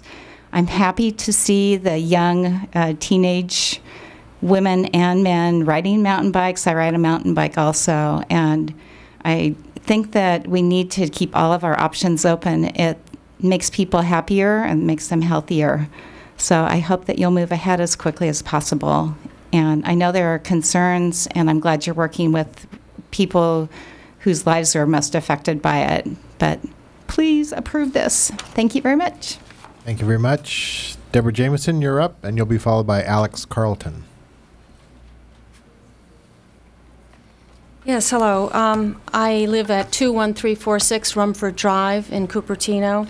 I have submitted a statement to you, and I hope that you've all had a chance to read it because I have had a lot of thoughts about this trail. I've been a proponent of Stevens Creek Trail for many, many years, since the beginning of the formation of the Friends of Stevens Creek Trail, and have supported it in many ways, including the process through Los Altos and in Sunnyvale. However, I have been critical of the feasibility report and some of its conclusions and recommendations, and also in some of the processes that they developed. But I won't go into that now. 3 minutes is never enough time. And a few things I wanted to say to you is that if this was your first time walking through these parklands, especially, for instance, walking from McClellan Ranch into Blackberry Farm and studying, and if you haven't really studied some of the alternatives to the recommended alignments in the feasibility study, then I would hope that you would do some more investigation on your own, because there are good alternatives to the ones proposed. This quick afternoon tour does not really substitute for a more thorough understanding of these lands for a really informed decision.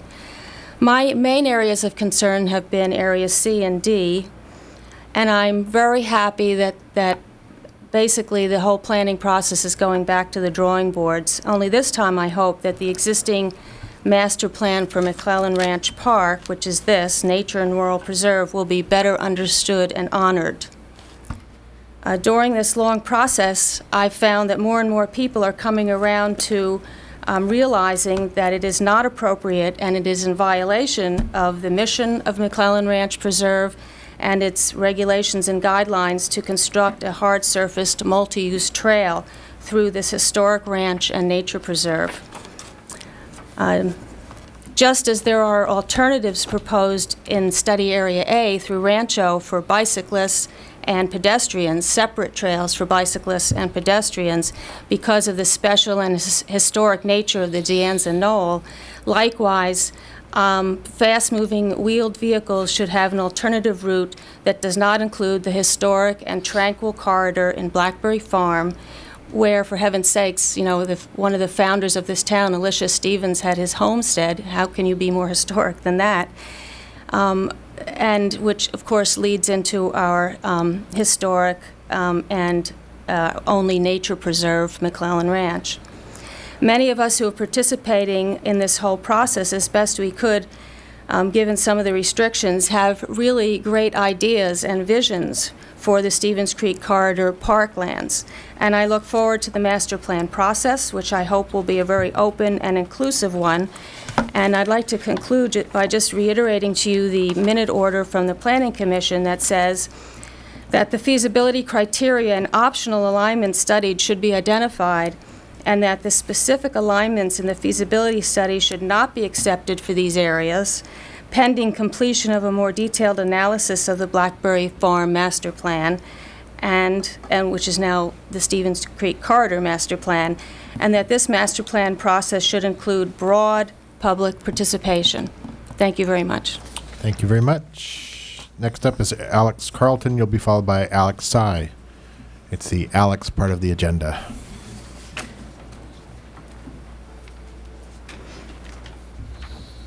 Good evening, and thank you. I'm Alex Carlton at 10062 Scenic Boulevard.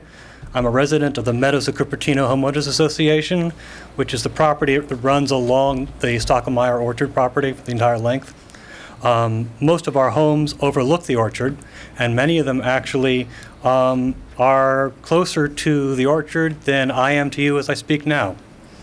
As a president of the Homeowners Association, I can tell you that the trail and the Stockelmeyer Orchard in general has been a hot topic in our neighborhood, generating an intense amount of interest.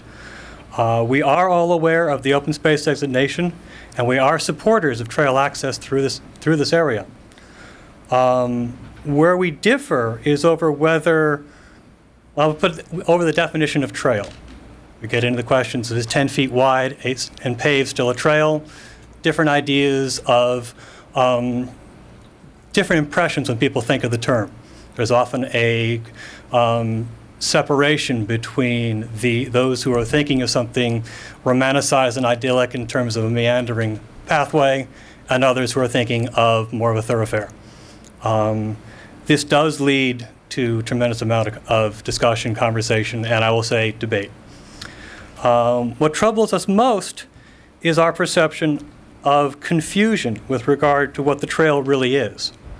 We hear naturalists talk about the riparian habitat, restoration, including minimizing human traffic. We also hear cyclists talking about a thoroughfare, a neighborhood conduit. We also ways to bypass the dangers of Foothill Boulevard. And yet again, we hear about others talking about the historic value of the orchard, the history in the piece, to be savored and shared over lingering moments rather than short-term ones. This confusion worries us more because we are unsure how this project relates to very unsettled questions regarding plans for the future for Blackberry Farm itself, and even how the Stevens Creek Trail will fit into our neighboring cities with Los Altos and Sunnyvale and what their plans are. There is a concern that we are risking establishing a trail only having to rework it later when we look at the rest of the 60 acres and we look at our neighboring cities' plans and recognize we're out of step. Yes, we do have the usual NIMBY concerns, noise, dog security, sight lines, privacy, all of that. Yes, we do have them. As I say, we are very close to it, and it's obviously a big concern for us.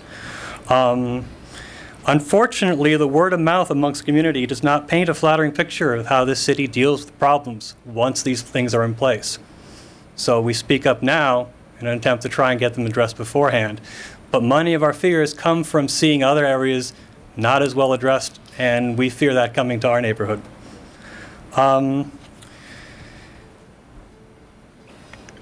Excuse me. What we do ask for is that you do listen to the immediate neighbors, because we're the ones who will be living with the trail 365 days of the year. We want to become major supporters of this project. We are deeply interested in making this a success. But do remember, this section is unlike the rest of the Stevens Creek Trail. This section is running right past houses in established neighborhoods that have been purposely sited to be quiet and back up near open space, and now may find themselves potentially being only a few feet from a thoroughfare. That is the concern. Can you wrap up? I just ask you to reach out and work with immediate neighbors, and together we can build something that we can all support. Thank you very much. Thank you. Alex Tsai, you're up, and you'll be followed by Ann Ing. Hey, good morning. Alex Tsai, 21975 San Fernando Avenue. I'm right adjacent to the proposed trail cuts through the Blackberry Farm. And first of all, let me say I agree with the previous speaker in terms of the concern regarding the trail. And I think today we have the agenda to approve the feasibility study, and I hope we can clarify what does that mean, especially in respect to the area C&D, because in my opinion, this C&D recommendation as is proposed right now is really not feasible. If this can be a feasible trail design, then no trail is not feasible. So I think in the conclusion, just as Gina just bring it up. Just right now, it has been rejected by neighbors, by task force, and raised concern through the review of City Council and Park Recreation. So I'm not sure in today when we make either recommendation, approve or disapprove the recommendation, what does that mean to the area C&D? So that's my concern. I don't have to repeat the concern I have with how bad is the trail. It's cut through the lawn, build a tunnel, wrap around the existing houses. So I think that's so obvious. Yet the proposal has been able to proceed till it reached the City Council just a few months before. So I think that's amazing to me. The task force should be saying this is not feasible and this should not be the trail which we want to build eventually. So, but I think I can see a lot of a good turnaround when this case passing through the City Council, and I see a lot of good point from the TV when City Council asks the question. So I will urge City Council to continue identify the issue, because I have to feel like previously in the task force discussion, the homeowner concern is really got ignored. So that's regarding the trail. The second point I'd like to make is I speak to Teresa this afternoon, and I'd like to speak for the record. The current proposal on the Bradbury Farm entrance, I have the deed with the city. The deed says the city need to prohibit any public use between the hour 11 to 7. So should we consider any change of the current operation of the Bradbury Farm? I'd like this to be considered, and I don't like to see the current situation get worse, because right now a lot of traffic going through the entrance road, and I would like that issue to be addressed probably by realigning the entrance road through the Stevens Creek. If not, then I think it's not according to the deal, the deed, we cannot do that. So I'd like this issue to be noted and worked out. That's my feedback. Thanks. Okay, Alex, if I could just address your earlier point.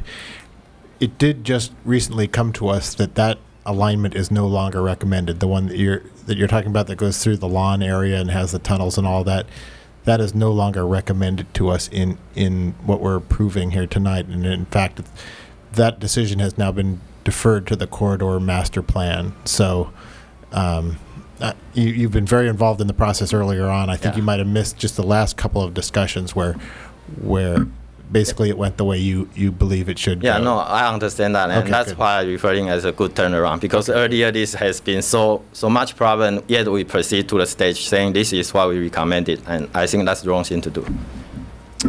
Thank you very much, Alex. Next up is Ann Ing, and you'll be followed by Donald Burnett. Good evening. I'm Ann Ing, 6031 Bollinger Road. Been here 23 years. My message tonight is to ask you respectfully to approve all three of these items. I very much look forward to having this trail in Cupertino. I'm a member of the Bicycle Pedestrian Advisory Committee and Silicon Valley Bicycle Coalition. My bike is my primary vehicle, and with that in mind, I certainly hope it will be a multi-use trail.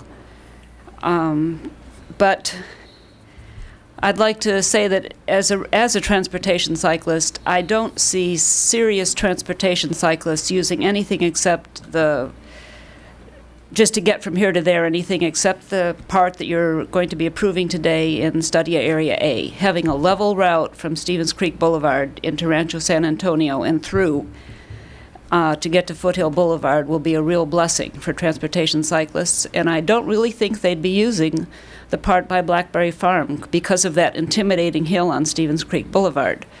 So I can see transportation cyclists using McClellan Road to get across the creek, and then Foothill Boulevard, and then Stevens Creek Boulevard, and through Study Area A. It'll be a real blessing. But I don't see serious transportation cyclists on the others. However, I can see families on bicycles, and that's why I hope you'll keep the whole thing open to bicycles. Thank you. Thank you. Don Burnett, you're up, and you'll be followed by Jeannie Bradford. Thank you. Tremendous amount of effort's gone into this. I'm Don Burnett. I live at 729 Stendhal Lane in Cupertino. I'm delighted to see the progress on this trail. The city has like $25 million tied up in the land along this area. It's like $500 for every man, woman, and child in Cupertino, a lot of money. And this is going to make, this project, if carried through, is going to make it a lot more available so that more people can enjoy it. And fortunately, said a lot of what I was going to say about the bicycle usage. I think she's right on with that. Avoiding Stevens Canyon Road, very important, particularly the crossing under 280 on Stevens Canyon Road, where you have merging and unmerging traffic to deal with. This just stops a lot of people cold from riding a bicycle. Now, the project that grabbed me when this whole interchange of land for housing was approved by the council when I was on the council several years ago, the thing that really grabbed me was that trail by the Hammond House there that provides access from Stevens Creek Boulevard through, actually you can go off of arterial streets all the way to Palo Alto from there. And you come down McClellan Road, go up Palm, a very short jog to Voss Avenue. You go cross at Voss with the light. You can go through back streets to come out on Stevens Canyon or Stevens Creek Boulevard, short trip up to the driveway into the Hammond House, and bingo, you'll be on that trail and through the underpass on St. Joseph's and off on your way to Palo Alto. I go on a lot of recreational rides, and even recreational road cyclists. They're still going to continue to use McClellan Road. As Ann said, it's the one that works for us. Just to address a question Dolly raised about access to the knoll. Right now, you can go through that section of Oak Valley near where the current sales office is. And that stretch of road where we were parking for the tour this afternoon is open for cyclists. So cyclists will be able to ride to where we started our hike up to the top of the knoll. So there's really going to be pretty good access provided there. And I think thanks to Ann, I can complete early. Thanks very much. Thank you very much. Next up is Jeannie Bradford. You'll be followed by Linda Wegner.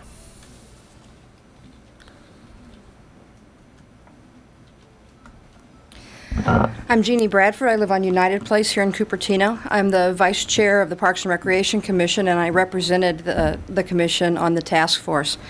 So as both a member of the task force and the commission, I can tell you there's been a tremendous amount of effort put into this project over the last 20-some months. I think you saw the list that Therese showed of all the different public forums that were conducted. There's just been tons of public input, and nobody is neutral. Nobody is neutral on this issue. There are strong and diverging points of view on it. And really, I think it's important for you to know that I think in most cases, these diverging points of view really raise the quality of the discussion we've had around this project. We've been able to look at issues that we may not have had we not had so much participation from the public. I think the point's been made before, but I think it's worth reiterating that it was not the intention or the scope of this task force to resolve every implementation issue of this trail alignment. But what we did get out of it, because of the level of conversation we had, is we do have a very good understanding of a lot of the concerns and the issues that have been raised by stakeholders and residents that live along the proposed alignment. And that's great news. I mean, you all know in the life cycle of building a trail, we are very early in this process. And to have the level of public input and start accumulating those issues, it really puts us in a place where if this project does move forward, we can start addressing some of those issues sooner instead of later. I think tonight's opportunity really is for you as a council to voice your vision on how you would like public property to be developed. This trail alignment is 7.7 miles long, of which almost 5 miles is currently used recreational public property. So, you know, we've been through the discussion about the inadequacies of the alignments that have been developed for C and D.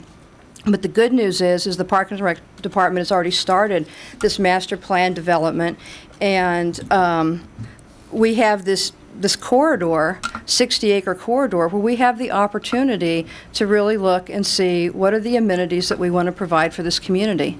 And there are some things there that I'm sure we will want to leave exactly the way they are.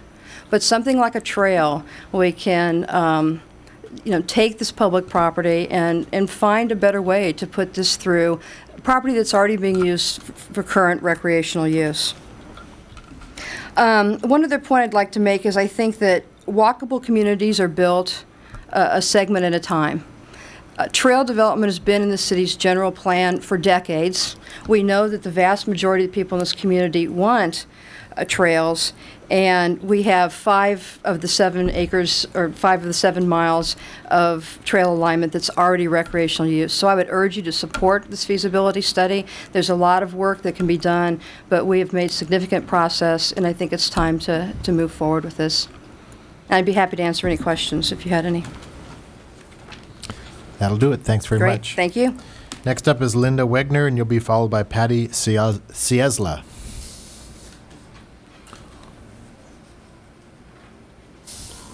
Okay, Linda Wegner. I own a home at 10200 Hillcrest Road in Cupertino for the past 7 years, over by Foothill and Stevens Creek Road.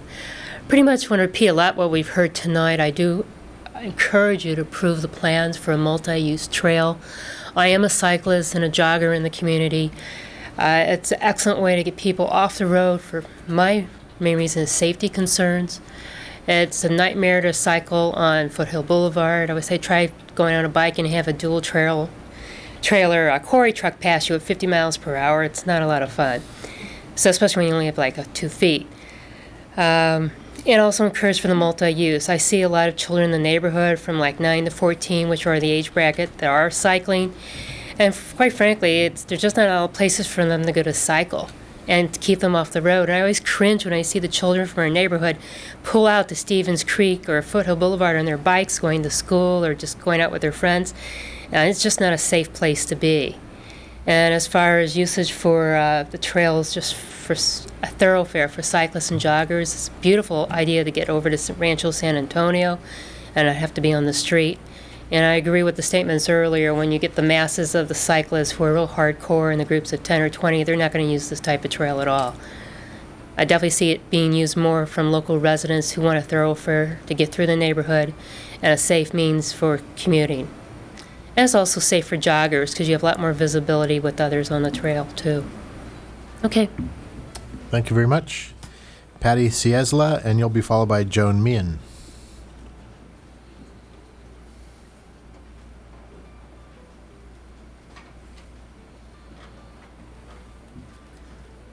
Hi, good evening. Thank you for permitting me to speak. I'm Patty Ciesla. I live in Los Altos Hills on Page Mill Road. I'm the County Parks Commissioner representing this district, District 5. I'm really excited about this trail. I'm really very impressed with all of the hard work that the staff and consultants have put into the project. It's a very impressive document, and it looks like they've done a really good job incorporating all of the different input from the public along the way. Obviously, it's a good thing that the study areas C and D are going to, I guess B, C, and D are going on to the master planning phase. But I would definitely encourage you to accept all 3 of these documents: the negative declaration, the feasibility report, and the grant application. Definitely a good step along the way in moving this project forward. I would also like to repeat what I mentioned earlier in the tour of the trail about the County Parks Department being interested in potentially developing more parks, trails, recreational facilities in this area of the county. And perhaps there's some way that we can help through a collaboration between the county park system and the city of Cupertino to overcome some of the barriers that appear to be in place in implementing the trail through Blackberry Farm. I don't exactly know what we can do to help, but you know, if there's something that we can do and you can think of it, I would definitely be interested in hearing more about, you know, maybe if we can do some sort of collaboration to resolve some of the issues with non-fee paying trail users coming through what's currently a fee use area. The county collects fees from cars, but not from people coming into the parks on foot or on bike. So maybe there's some way we can work something out. I think this trail is going to be an amenity for the county as a whole, especially as a multiple use facility serving families in the local area. Obviously, Cupertino residents are county residents, and we want to make sure that we have good facilities in this area. I think it's really important to keep the trail access designations consistent along the length of the trail. And avoid unnecessary bifurcations of the trail that would force some users, such as cyclists, out onto the streets. I think it should be a family-friendly trail, something that everyone can share together, bring the community together. It's certainly in the interest of the public health to get people out onto the trail, no matter what their preferred conveyance is, whether it's on rollerblades or on a bike or on foot. And definitely the trail can serve the alternative transportation modes and improve air quality through car-free transportation. I feel that pretty confident that you've got a bunch of good people on this project and that they can design a really high-quality multi-use facility where all the users are safe. I think it's going to work. You need to wrap up, Patty. Yeah. So the last point that I have is that personally I'm not in favor of the hiking and equestrian route up to the De Anza Knoll. I feel that should be multi-use to encourage all users to come up and visit the historic site. I'm a reluctant mountain biker, and I would like to be able to bring my bicycle up there and take a look around. And have a place where I could leave my bicycle away from parking areas where it's not a theft magnet. So those are my comments. I thank you very much for your attention and encourage you to support these 3 documents and move them forward. Thank you. Next up is Joan Meehan. And if you haven't filled out one of these cards, you wish to speak, now's your last chance. So we'll grab a card. Hi, my name is Joan Meehan. I live at 20182 North Cove Square in Cupertino. You might recognize me by my sign from earlier today. I was out at Whispering Creek Stables. That large orange horse was mine. He lives at Whispering Creek Stables. And I am a huge supporter of the Stevens Creek Trail, particularly Study Area A. My reasoning for supporting Study Area A are very personal. I come from a 100% self-interested perspective. There's nothing theoretical about my support for this trail. I want to use it. It will get us to Rancho in about 10 minutes. And now we have to trailer, which takes about a half an hour, or we can ride, and it takes about a half an hour, and you're next to traffic, and it's not so great. So I want this trail so badly. I have offered to build it myself. What's your address again? We'll take that down. I could too.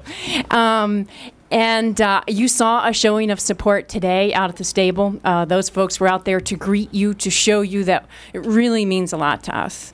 At previous meetings, I brought a petition with 38 signatures that I had posted on a bulletin board for just a couple of days. And so it's important to us, and the owner of Whispering Creek would be here if she were not on her honeymoon.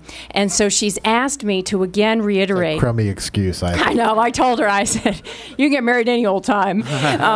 So But she is very supportive. I mean, we want to be a good citizen of Cupertino and do our part in making A happen as quickly as possible. That being said, I'd also like to give very strong support for B, C, and D. And I think what's unique about my support for B, C, and D is I'll never use it. I'm always on my horse in A. I'm always going to Rancho. You know, that's the way it is. But I live in Cupertino, and I own property here, and I own this land. And so do all the citizens of Cupertino. This land doesn't belong to the people who happen to have houses next to it. And so I've heard people talk about, oh, the expense and oh, the liability potential and yada, yada, yada. And what it leaves me with is a feeling that you're missing the point. The real cost is happening now. It's costing the city a fortune to not use what we own to the fullest possible extent. And I encourage multi-use. There's absolutely, I mean, the horses will only be over an A. And, you know, and don't worry about combining horses and dogs and baby carriages and everything else. It works. We do it all the time now. I mean, the bikes are out there. If you can't, I mean, I suppose there are some issues of courtesy. You know, if I were to be galloping my horse and you were to be flying along on your mountain bike, well, it's like you know, there might be some courtesy issues. But it's done all the time. I do it now. There are bikes where I ride my horse now. We pass bikes. It's no problem at all. Oh, I see that yellow light. So I will wrap up. Thank you for the opportunity to speak tonight. Really, I will build that trail if you would only let me. Thank you. Thanks. We'll be in touch. Yeah. I'm not joking. Robert, I still have 2 more cards for you. Would you like to come up and make another point? Come on up and make another point. 30 seconds. Sure. Thank you very much. The thing that the bikers have said, Don Burnett, Anning, is the way I felt about it. That Area A's bicycle route through from Stevens Creek Boulevard, access to Foothill, which now has bike lanes along it, which it didn't have in the days when I had to zigzag my way to Palo Alto and so on. I think that's probably the place where you're going to see most of the bike usage.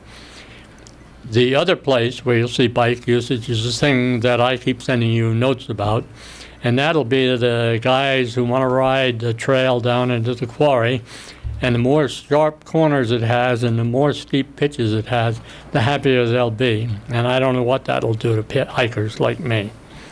I didn't go on some of the walks you took. My knees are starting to give out, just like my cars are starting to give out. Everything is getting older for some reason or other, and I don't understand why. There's no good alternative. No, the trouble with it is the alternative isn't so good. Okay? And that's the thing that bothers me about the trail. The alternatives that have been presented are not so good.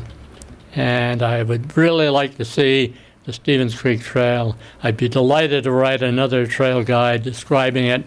But as I said before, I don't think this is going to be the one that I write about. I think that if you're going to wait until the Canyon Heights Academy problems are all solved before you put the trail through the tote road, you're going to have to think about something that will connect McClellan Ranch with Stevens Creek Park, which doesn't go through the Canyon Heights Academy property. And I don't know what you're going to do about that, but it's going to be something that, otherwise you'll have a trail that ends there at McClellan Road.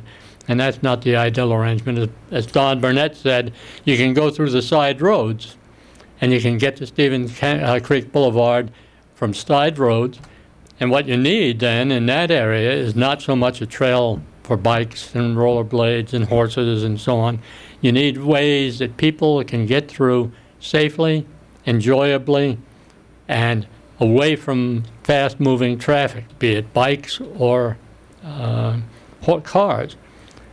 I'd like to see the bikers have a trail down into the quarry. I think the North Side Rim Trail would be a spectacular trail for some of the mountain bikers. We could probably sell videotapes of people riding that. So, you know, think about this. The trail that's proposed was what was available through the criterion that the task force had to use. And the task force was constrained by those limits, and came through with a recommendation that said, what we've documented here is not what B, C, and D are going to look like. And the people's comments about A say that, well, that's not quite right either. Thank you. Thank you, Robert. That's it for my cards. That'll end the public discussion. Let's bring it back to council for a little of our discussion. Who's up for starting? Nobody's even winking at me or anything. I'm going to call on somebody. Dolly, why don't you start? You're making a motion toward the microphone anyway. I have a question, I think a simple one, first for you, Kim. Can you explain what a minute order is and what do we do with it as a council? My understanding of a minute order is that it's a motion which is recorded in the minutes. So if you wish to give me a minute order, you can just say, I move, and give your statement. It's not anything that will have a resolution number or an ordinance number assigned to it. Okay, because I'm referring primarily to the minute order that the council received from the Parks and Rec Department, which, Parks and Rec Commission, thank you, on this particular issue. And so I was reading some of those suggestions and wondering how they play in the official process. But really, it's a record of what they wanted us to know came out of their meeting. Yes, it's a formalized recommendation to you. Okay, thank you.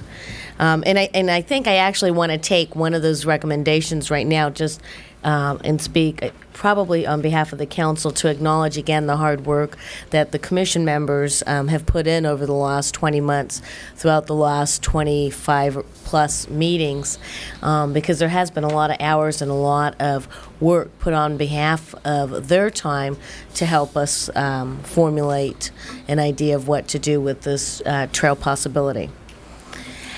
Having said that, I do have another clarification. Maybe, Therese, you can help out. As I was reading through some of the information passed up from the Planning Commission meeting a few weeks ago, I noticed that Mark Auerbach voted no on the motion, on the resolution regarding the feasibility plan, and I'm wondering if you might be able to give some background on why he cast a no vote, since he's unfortunately not here. I think they have a planning commission meeting occurring right now. He didn't articulate his reasons. But his no was specifically on compliance to the general plan and whether this matched the trail described in the general plan.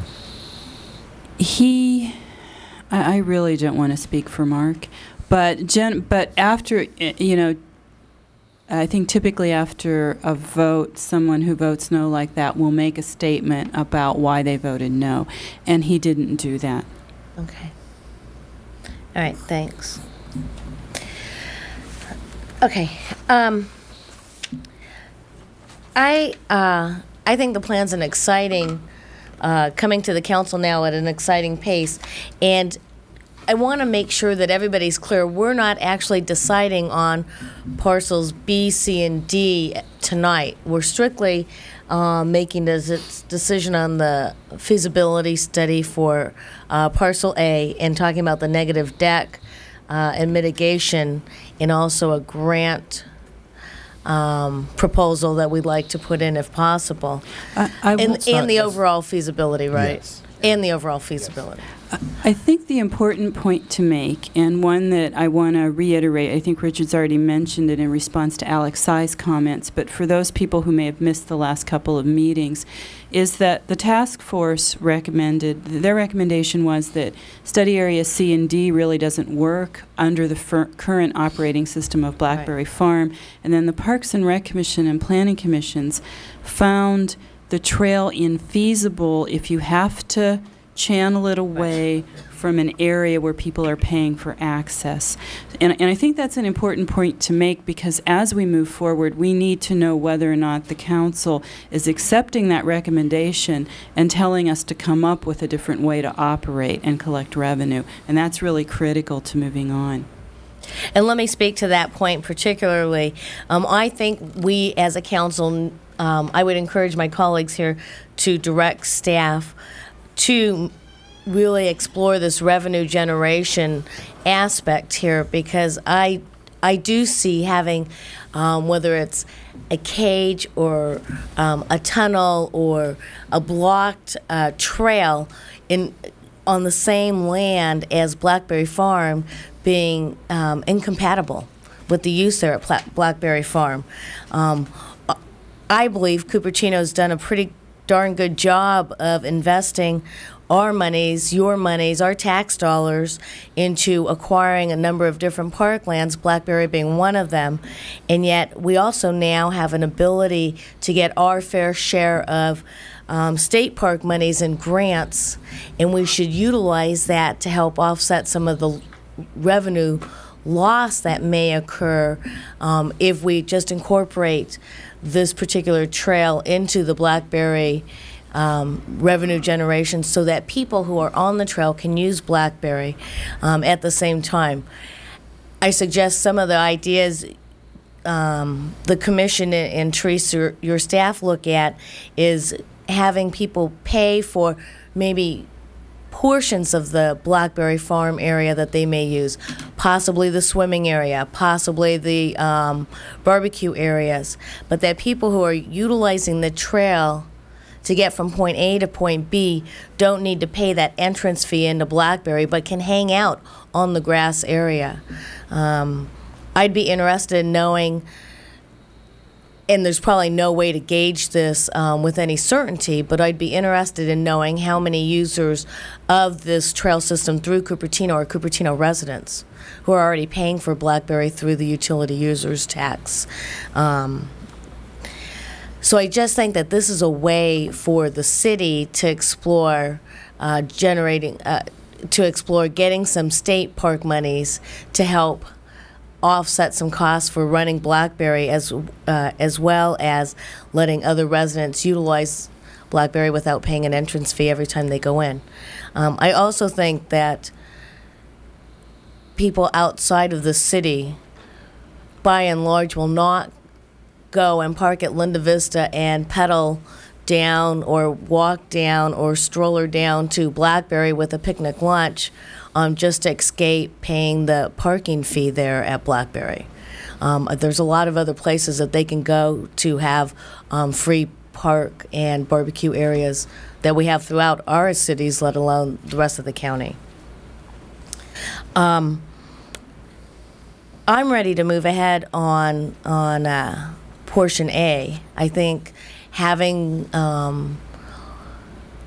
walking those areas recently and including today, and now understanding a little bit more about the equestrian and hiking emphasis in a large part of that area makes sense to me. I think because we have a way for bicyclists to be able to go around either side of the De Anza Knoll, for example, alleviates my fear that it would be a no bike kind of area, and I don't think that's certainly not what I've gotten out of the discussion today. So I feel very good about that. And quite frankly, it's a property that's almost all ours and should be easy to move ahead on. I think with that, I want to see this revenue generation and Blackberry issue worked out a little bit more. I also think that if we can bring the trail, if we can find some feasible ways to deal with the Hall Road, and I hear. Mary Jo Gunderson. Yes. Actually, it wasn't Mary Jo, but it was somebody right in around there saying that we shouldn't. Oh, yes, you're right. It was Mary Jo. Talking about the cost-benefit analysis of and making that equitable for the neighbors and their safety issues. I think safety and security are something that, as council members, we cannot forget about. And yet, at the same time, I think there are ways that we can be creative about creating the path on the backside, Canyon Heights Willing, to enable us to be able to utilize that property and go from Linda Vista down to McClellan Ranch Park and Blackberry. Thanks very much. Thank you. Patrick, you look like you're ready. You're close to a microphone, too. Okay. Once again, I just also want to thank the task force and the stakeholders and our consultants and city staff for working on this project for the past 2 years. It is not a perfect proposal, but it's something that I think we can work on and we can improve upon, especially area B and C and even D. I am very, very glad, that we can move forward on this project. I consider this to be a very important night for Cupertino because this is a project that involves almost 7.7 miles of alignment off-street trail. Will benefit bikers, horse riders, pedestrians, and more than that, we also will restore the natural vegetations along the creek. So it's a big project, and I think it should be a very historical night if we move forward and approve this project. As I indicated, that I'm concerned about area B and C, but again, tonight we are not accepting or approving area B and C and D. I share some of the concern of the people, raise the issues of the areas, but we have still some more time to work on it. I'm very, very impressed by one of the presenter speakers. I think it's David said about the whole project, especially Project D, which will be a neighborhood connectors. Will connect all the areas along Cupertino's in 4 areas in here, bring the neighborhood together, and it's a good statement. And I think the project does, will serve the purpose about connecting, bring all the community together. And particularly, I like the concept of the walkability of walking up the knoll, because I did it tonight. We did it tonight and today, and it's a good walk up the knoll and give the people some flexibility. They can park the cars in the bottom and walk up there. And if you can rest halfway, or you can walk all the way up there. But I think it's a good idea. But all in all, the project is a project good for people of all ages, and does help to restore the natural vegetations, but everybody can use it, and something that the citizens of Cupertino can be very, very proud of this project. And I will support all the 3 recommendations by staff. Thank you. Sandra? Sandra, my goodness, Excuse how me. formal are we? Councilmember James. Jeez. I also would like to say my thank yous to some people, in particular our staff, who's worked very hard. Therese jumped in not too long ago, a couple years ago. How long have you been here now, Therese? 2 years has it been? Not yet. Not quite. When she jumped in the middle of the Parks and Rec department that had all kinds of amazing things going on, and this is just one of them. And also, as a council, we spread ourselves pretty thin, and that means that we all tend to take on certain issues because we all can't be at every meeting and handle everything. And Richard's really taken the lead on this particular one, and I want to thank him for his leadership because it has not been easy. It's exciting tonight to not have a room full of angry people, because about every meeting it seemed like we had on trails for a while, that's what we had. And I agree with Jeannie Bradford. She said it extremely well. When she said, everyone kind of had strong, I may even quote you here, Jeannie, let's see, because you said it so well, that everybody had strong feelings. Here it is. And tons of public input. No one is neutral. Strong and divergent points, but it made for a better process. And I agree with that, too. And I believe in this process because when you get toward the end, you have spent a lot of time working out those very intense and passionate issues. And as someone else said tonight very well, not everybody gets what they want, and you didn't end up with everything you wanted, but everybody gave a little bit. And I think we are at a point now where we can move forward, and it's exciting to move forward. Having said that, I still have a couple concerns that I'll speak about. My comments, I'm pretty much going to quote what people said tonight because they said it so very, very well. I think David David, your point that this is not a design document, it's a feasibility study is very important for us all to remember. We aren't at the design document phase, and that'll be intense as it is, but what we're working on tonight is the feasibility document study, and I think that's been worked on very long, very intensely with a lot of good people, and it's an excellent document that I'm very comfortable with. I heard over and over and over tonight something that I feel strongly about, and that's to approve this for multiple uses. And that is one of my concerns, is that along part of our trail, it is recommended that it not be for small, I think, Therese, what you said, small wheeled vehicles like rollerblades, and I disagree with that. I believe most people that have talked here tonight also agree with that. I think that if we're going to spend this kind of money and use our land to the best of our ability, then we should try to make it available to as many different kind of recreational outlets as possible. And I think rollerbladers are just as important as bikers and joggers and hikers and walkers and all of the above. So I think wherever we can do a surface that accommodates as many different kinds of recreational users, then I would really force that as much as I could, trying to keep it as natural as possible. One of my favorite trails happens to be the one in Monterey, where there's the hard surface next to the soft surface. Of course, they have all that land to do it right along the ocean. That's wonderful. But that does accommodate everyone, and it's exciting to see, you know, parents pushing their children in carriages and rollerbladers going by and bicyclists the other way and people like me who just like to jog, and it all works real well together. And so I have strong feelings about multi-use, and I was very happy to hear probably 90% of the speakers mention that in their talking tonight. So I think that the community feels that way also.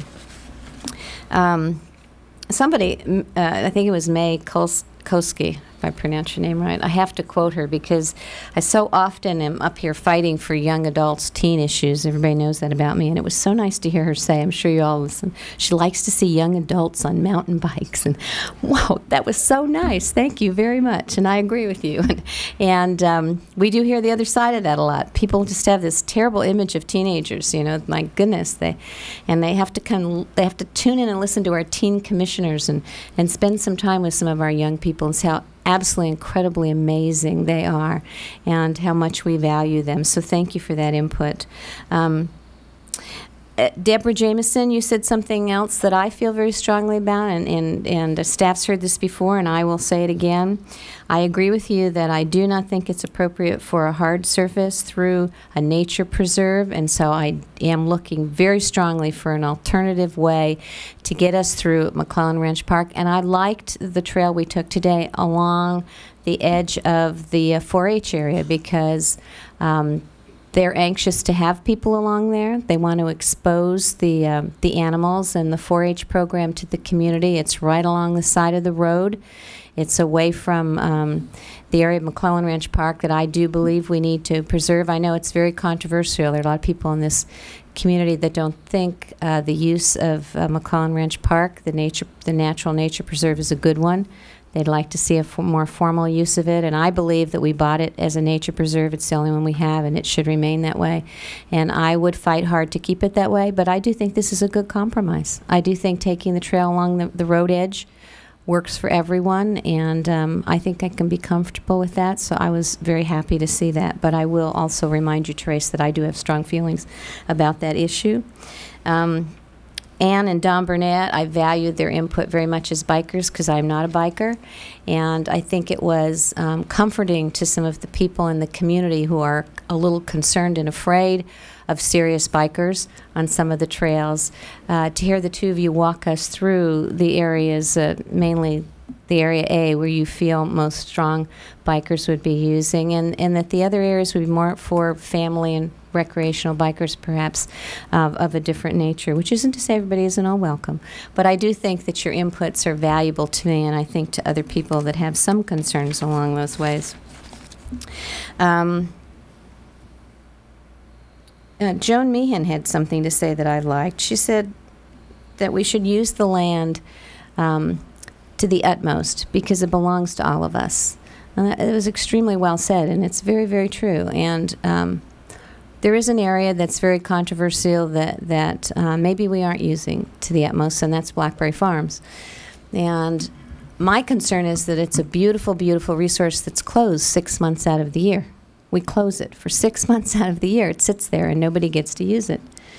And that's a problem, you know, that we need to look at. And maybe this pay or no pay, use or no use, and I do know we bring in like $1 million and we don't have any money right now. This is a controversial subject. But I do believe that we should look into, is the right use for that facility the way it's being used right now? And I'm a hiker and a camper and a jogger, and fall and winter are two of my favorite times, and I would love to go sit there and have a picnic or jog through Blackberry Farms or use it. And so why are we letting it sit there for 6 months out of the year, inaccessible to this community, and perhaps a trail system in some way through there? I don't believe we should give up the lawn. I think people like to lay on the lawns with their blankets. I grew up in this town, and I did it as a kid, and I did it when my kids were little.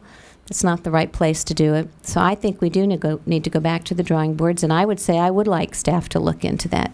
What is the pluses and minuses? It's always been an enterprise fund for us, so it has supported itself, and we would have to find other revenue to do that. Perhaps the county parks. That was exciting to hear, might be willing to partner with us. But I would say let's take another look at it. And part of that we haven't talked about as a council is, and I'd like the rest of the council to consider that, is you know, isn't that kind of strange that that's closed for half the year? And now the neighbors are not going to like that because they don't want people driving up and down there. But the reality of it is, if we could get people to jog there, go on their bikes or whatever, but it is a resource we're perhaps not utilizing the best we can. So I'm in favor of taking another look at it. And I think that works well with what we're listening to tonight. So to sum that all up, I'm in favor of multi-use. Let's look at a surface that accommodates as many of those as we can. I really believe in preserving McClellan Ranch as a nature preserve, but I think we found a compromise there that will work, makes me comfortable.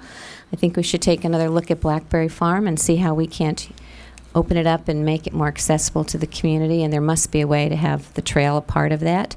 And I'm very excited about moving forward in all the areas the staff recommends. Thank you very much. That brings you up, Dr. Chang. Yes, thank you very much. What I'm going to say is pretty much in line with other council members so far. Also want to thank everybody that's been involved in the hard work for the feasibility study, whether it be staff, residents, commission members, task force members, and consultants. It's a lot of work, and it really shows.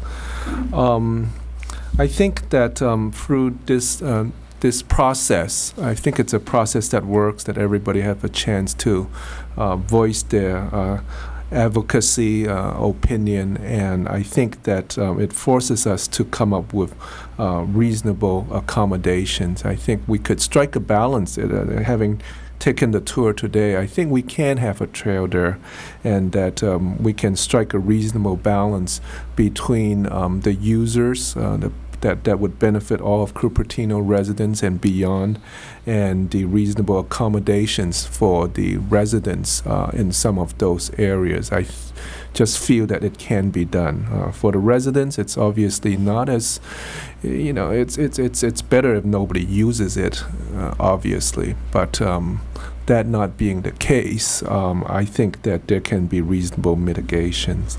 I think that some education is also important. I think that Area A is very exciting for all the reasons that people have mentioned.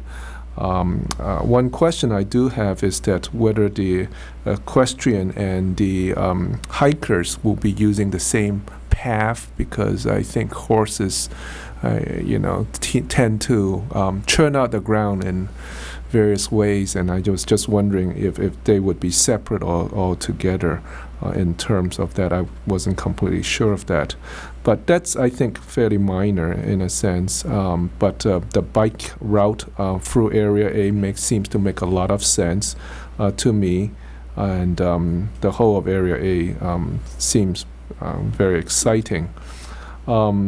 B, C, and D, I think other people have mentioned about it. I think the way it has it, I think Blackberry Farm, that area, just simply does not work. There are a number of places here which people have mentioned where the solutions are far from elegant. we're forcing solutions, and I think we need to really think clearly about those, how far we can force those solutions, and be willing to. For Blackberry Farm, I think we came to the point where we said it just doesn't work. It doesn't really work, and try something completely different. And I think there we're ready to look at an alternative fee structure or just letting people in or whatever. Sometimes we're forced to do that. I think there are a few crossings that we went to that seem to raise a lot of concerns, whether it be over near the Blue Pheasant or the McClellan. All those crossings, I think, are extremely challenging. I think we all know about it. We need to continue to think of ways to deal with those, I think. I think that more education is useful too, because for a lot of people, there is a certain fear factor, I think, especially for residents who have houses near there.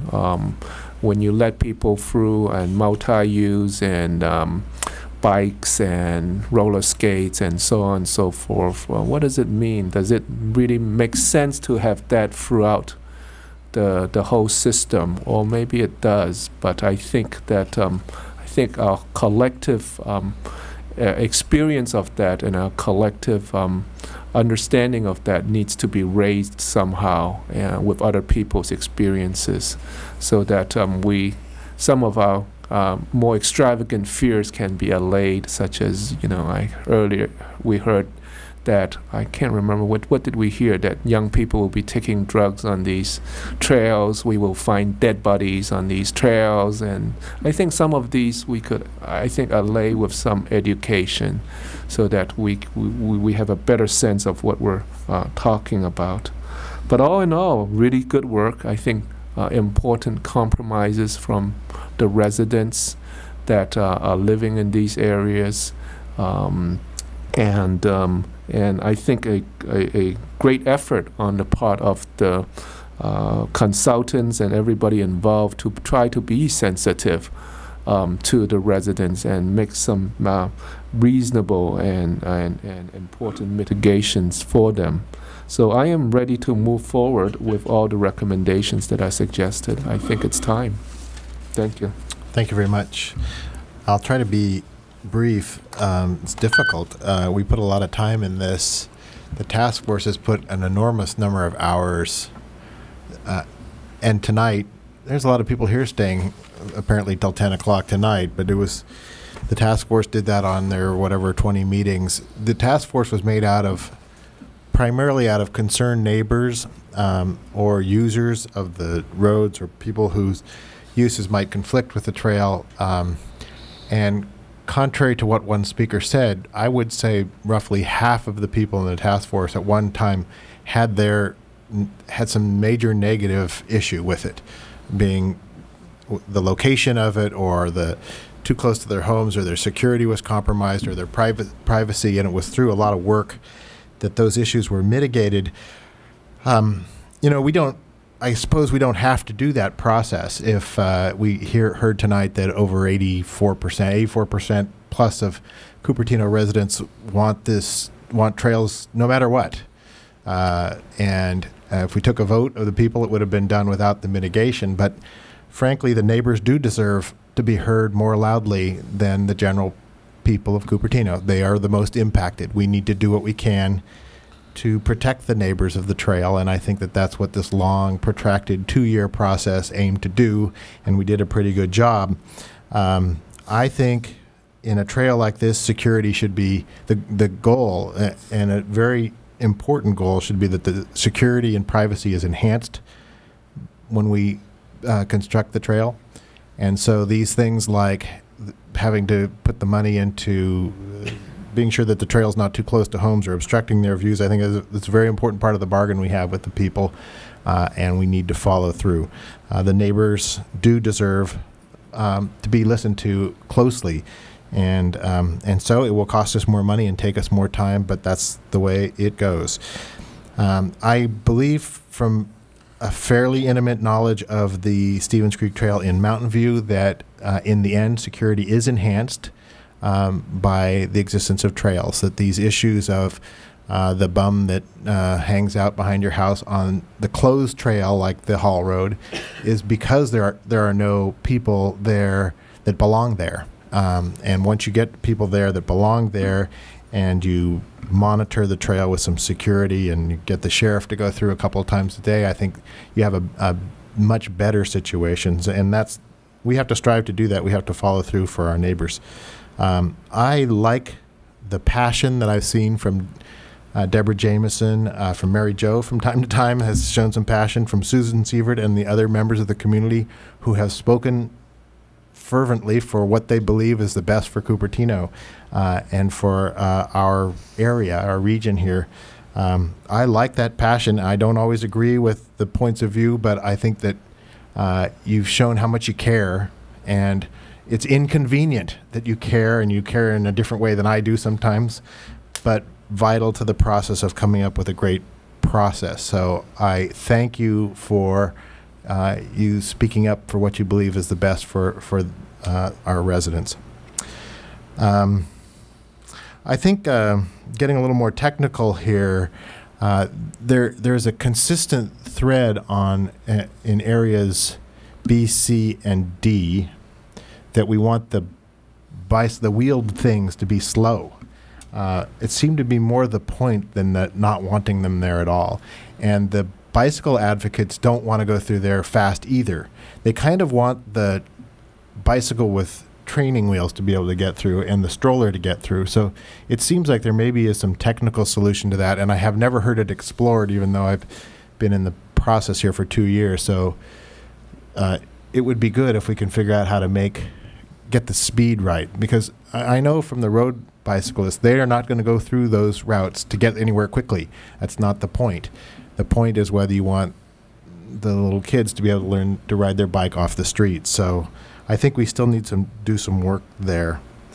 And I wanted to be clear with staff, in particular, Therese, with you. You asked us to be clear, and I think I heard from the council members that, yes, we do want you to find alternate revenue generation schemes for Blackberry Farm. I think that's part of this decision. It really is contained within the decision in the rejection of the sort of tunnel plan through Blackberry Farm. So we are asking you to figure out how to still make money, but make it in a different way. And as we do that, we have to be careful not to create a parking problem, right? If we just charge for parking and have people park outside, obviously, that's part of the problem we have to solve. Finally, I think the most important thing tonight was not stressed much, but in my opinion is the most important part, which is that we leave this creek. After this project, the creek is better than it is today. The creek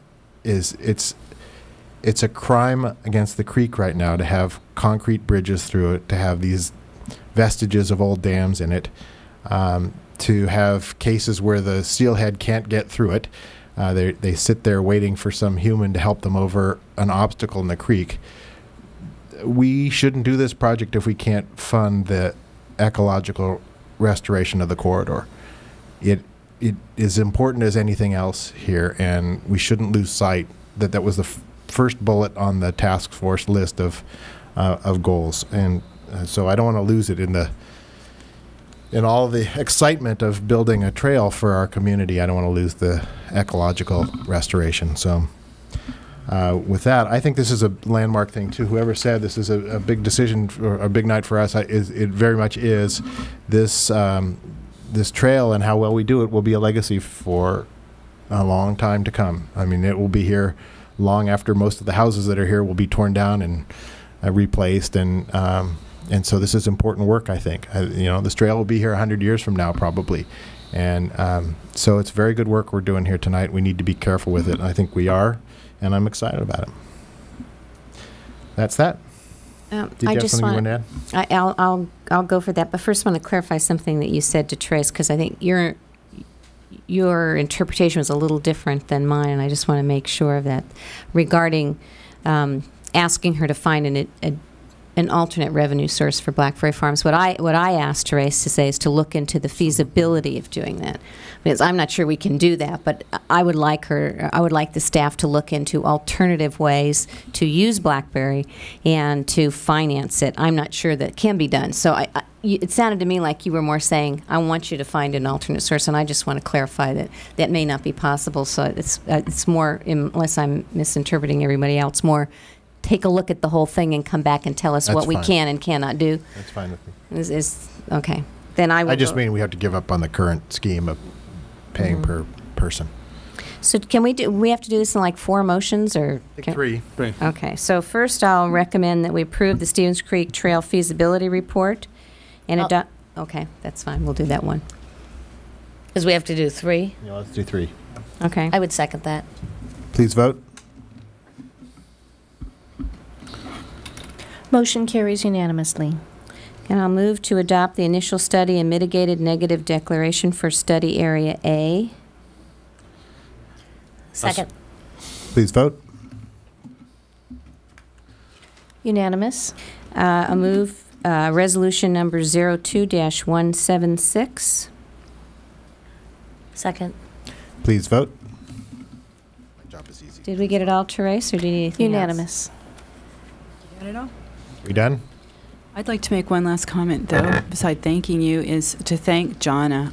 Jonna was hired by some really smart person before I got here, and she's done a phenomenal job. She is very patient, she's very committed, and she speaks, I think, with environmental authority. When people start talking about birds and animals, she understands the impacts. So thanks very much, Jonna. It's wonderful working with you. Jonna's the best She's to the do best. this job. There's no question. And actually, just one more comment from me. And I think we all need to thank the task force, because when they Endless hours. signed up, I'm not quite sure they all fully knew what they were going to be in for. So I want to thank all the members of the task force and those who've continued to come to the meetings at the county level and the city council level and the commission levels. It shows you, again, their passion and their dedication to improving the city of Cupertino. Thank you very much. I think we're ready for adjournment. Thank you, everybody, for coming tonight. Thanks for the very nice discussion. Polite, but forceful.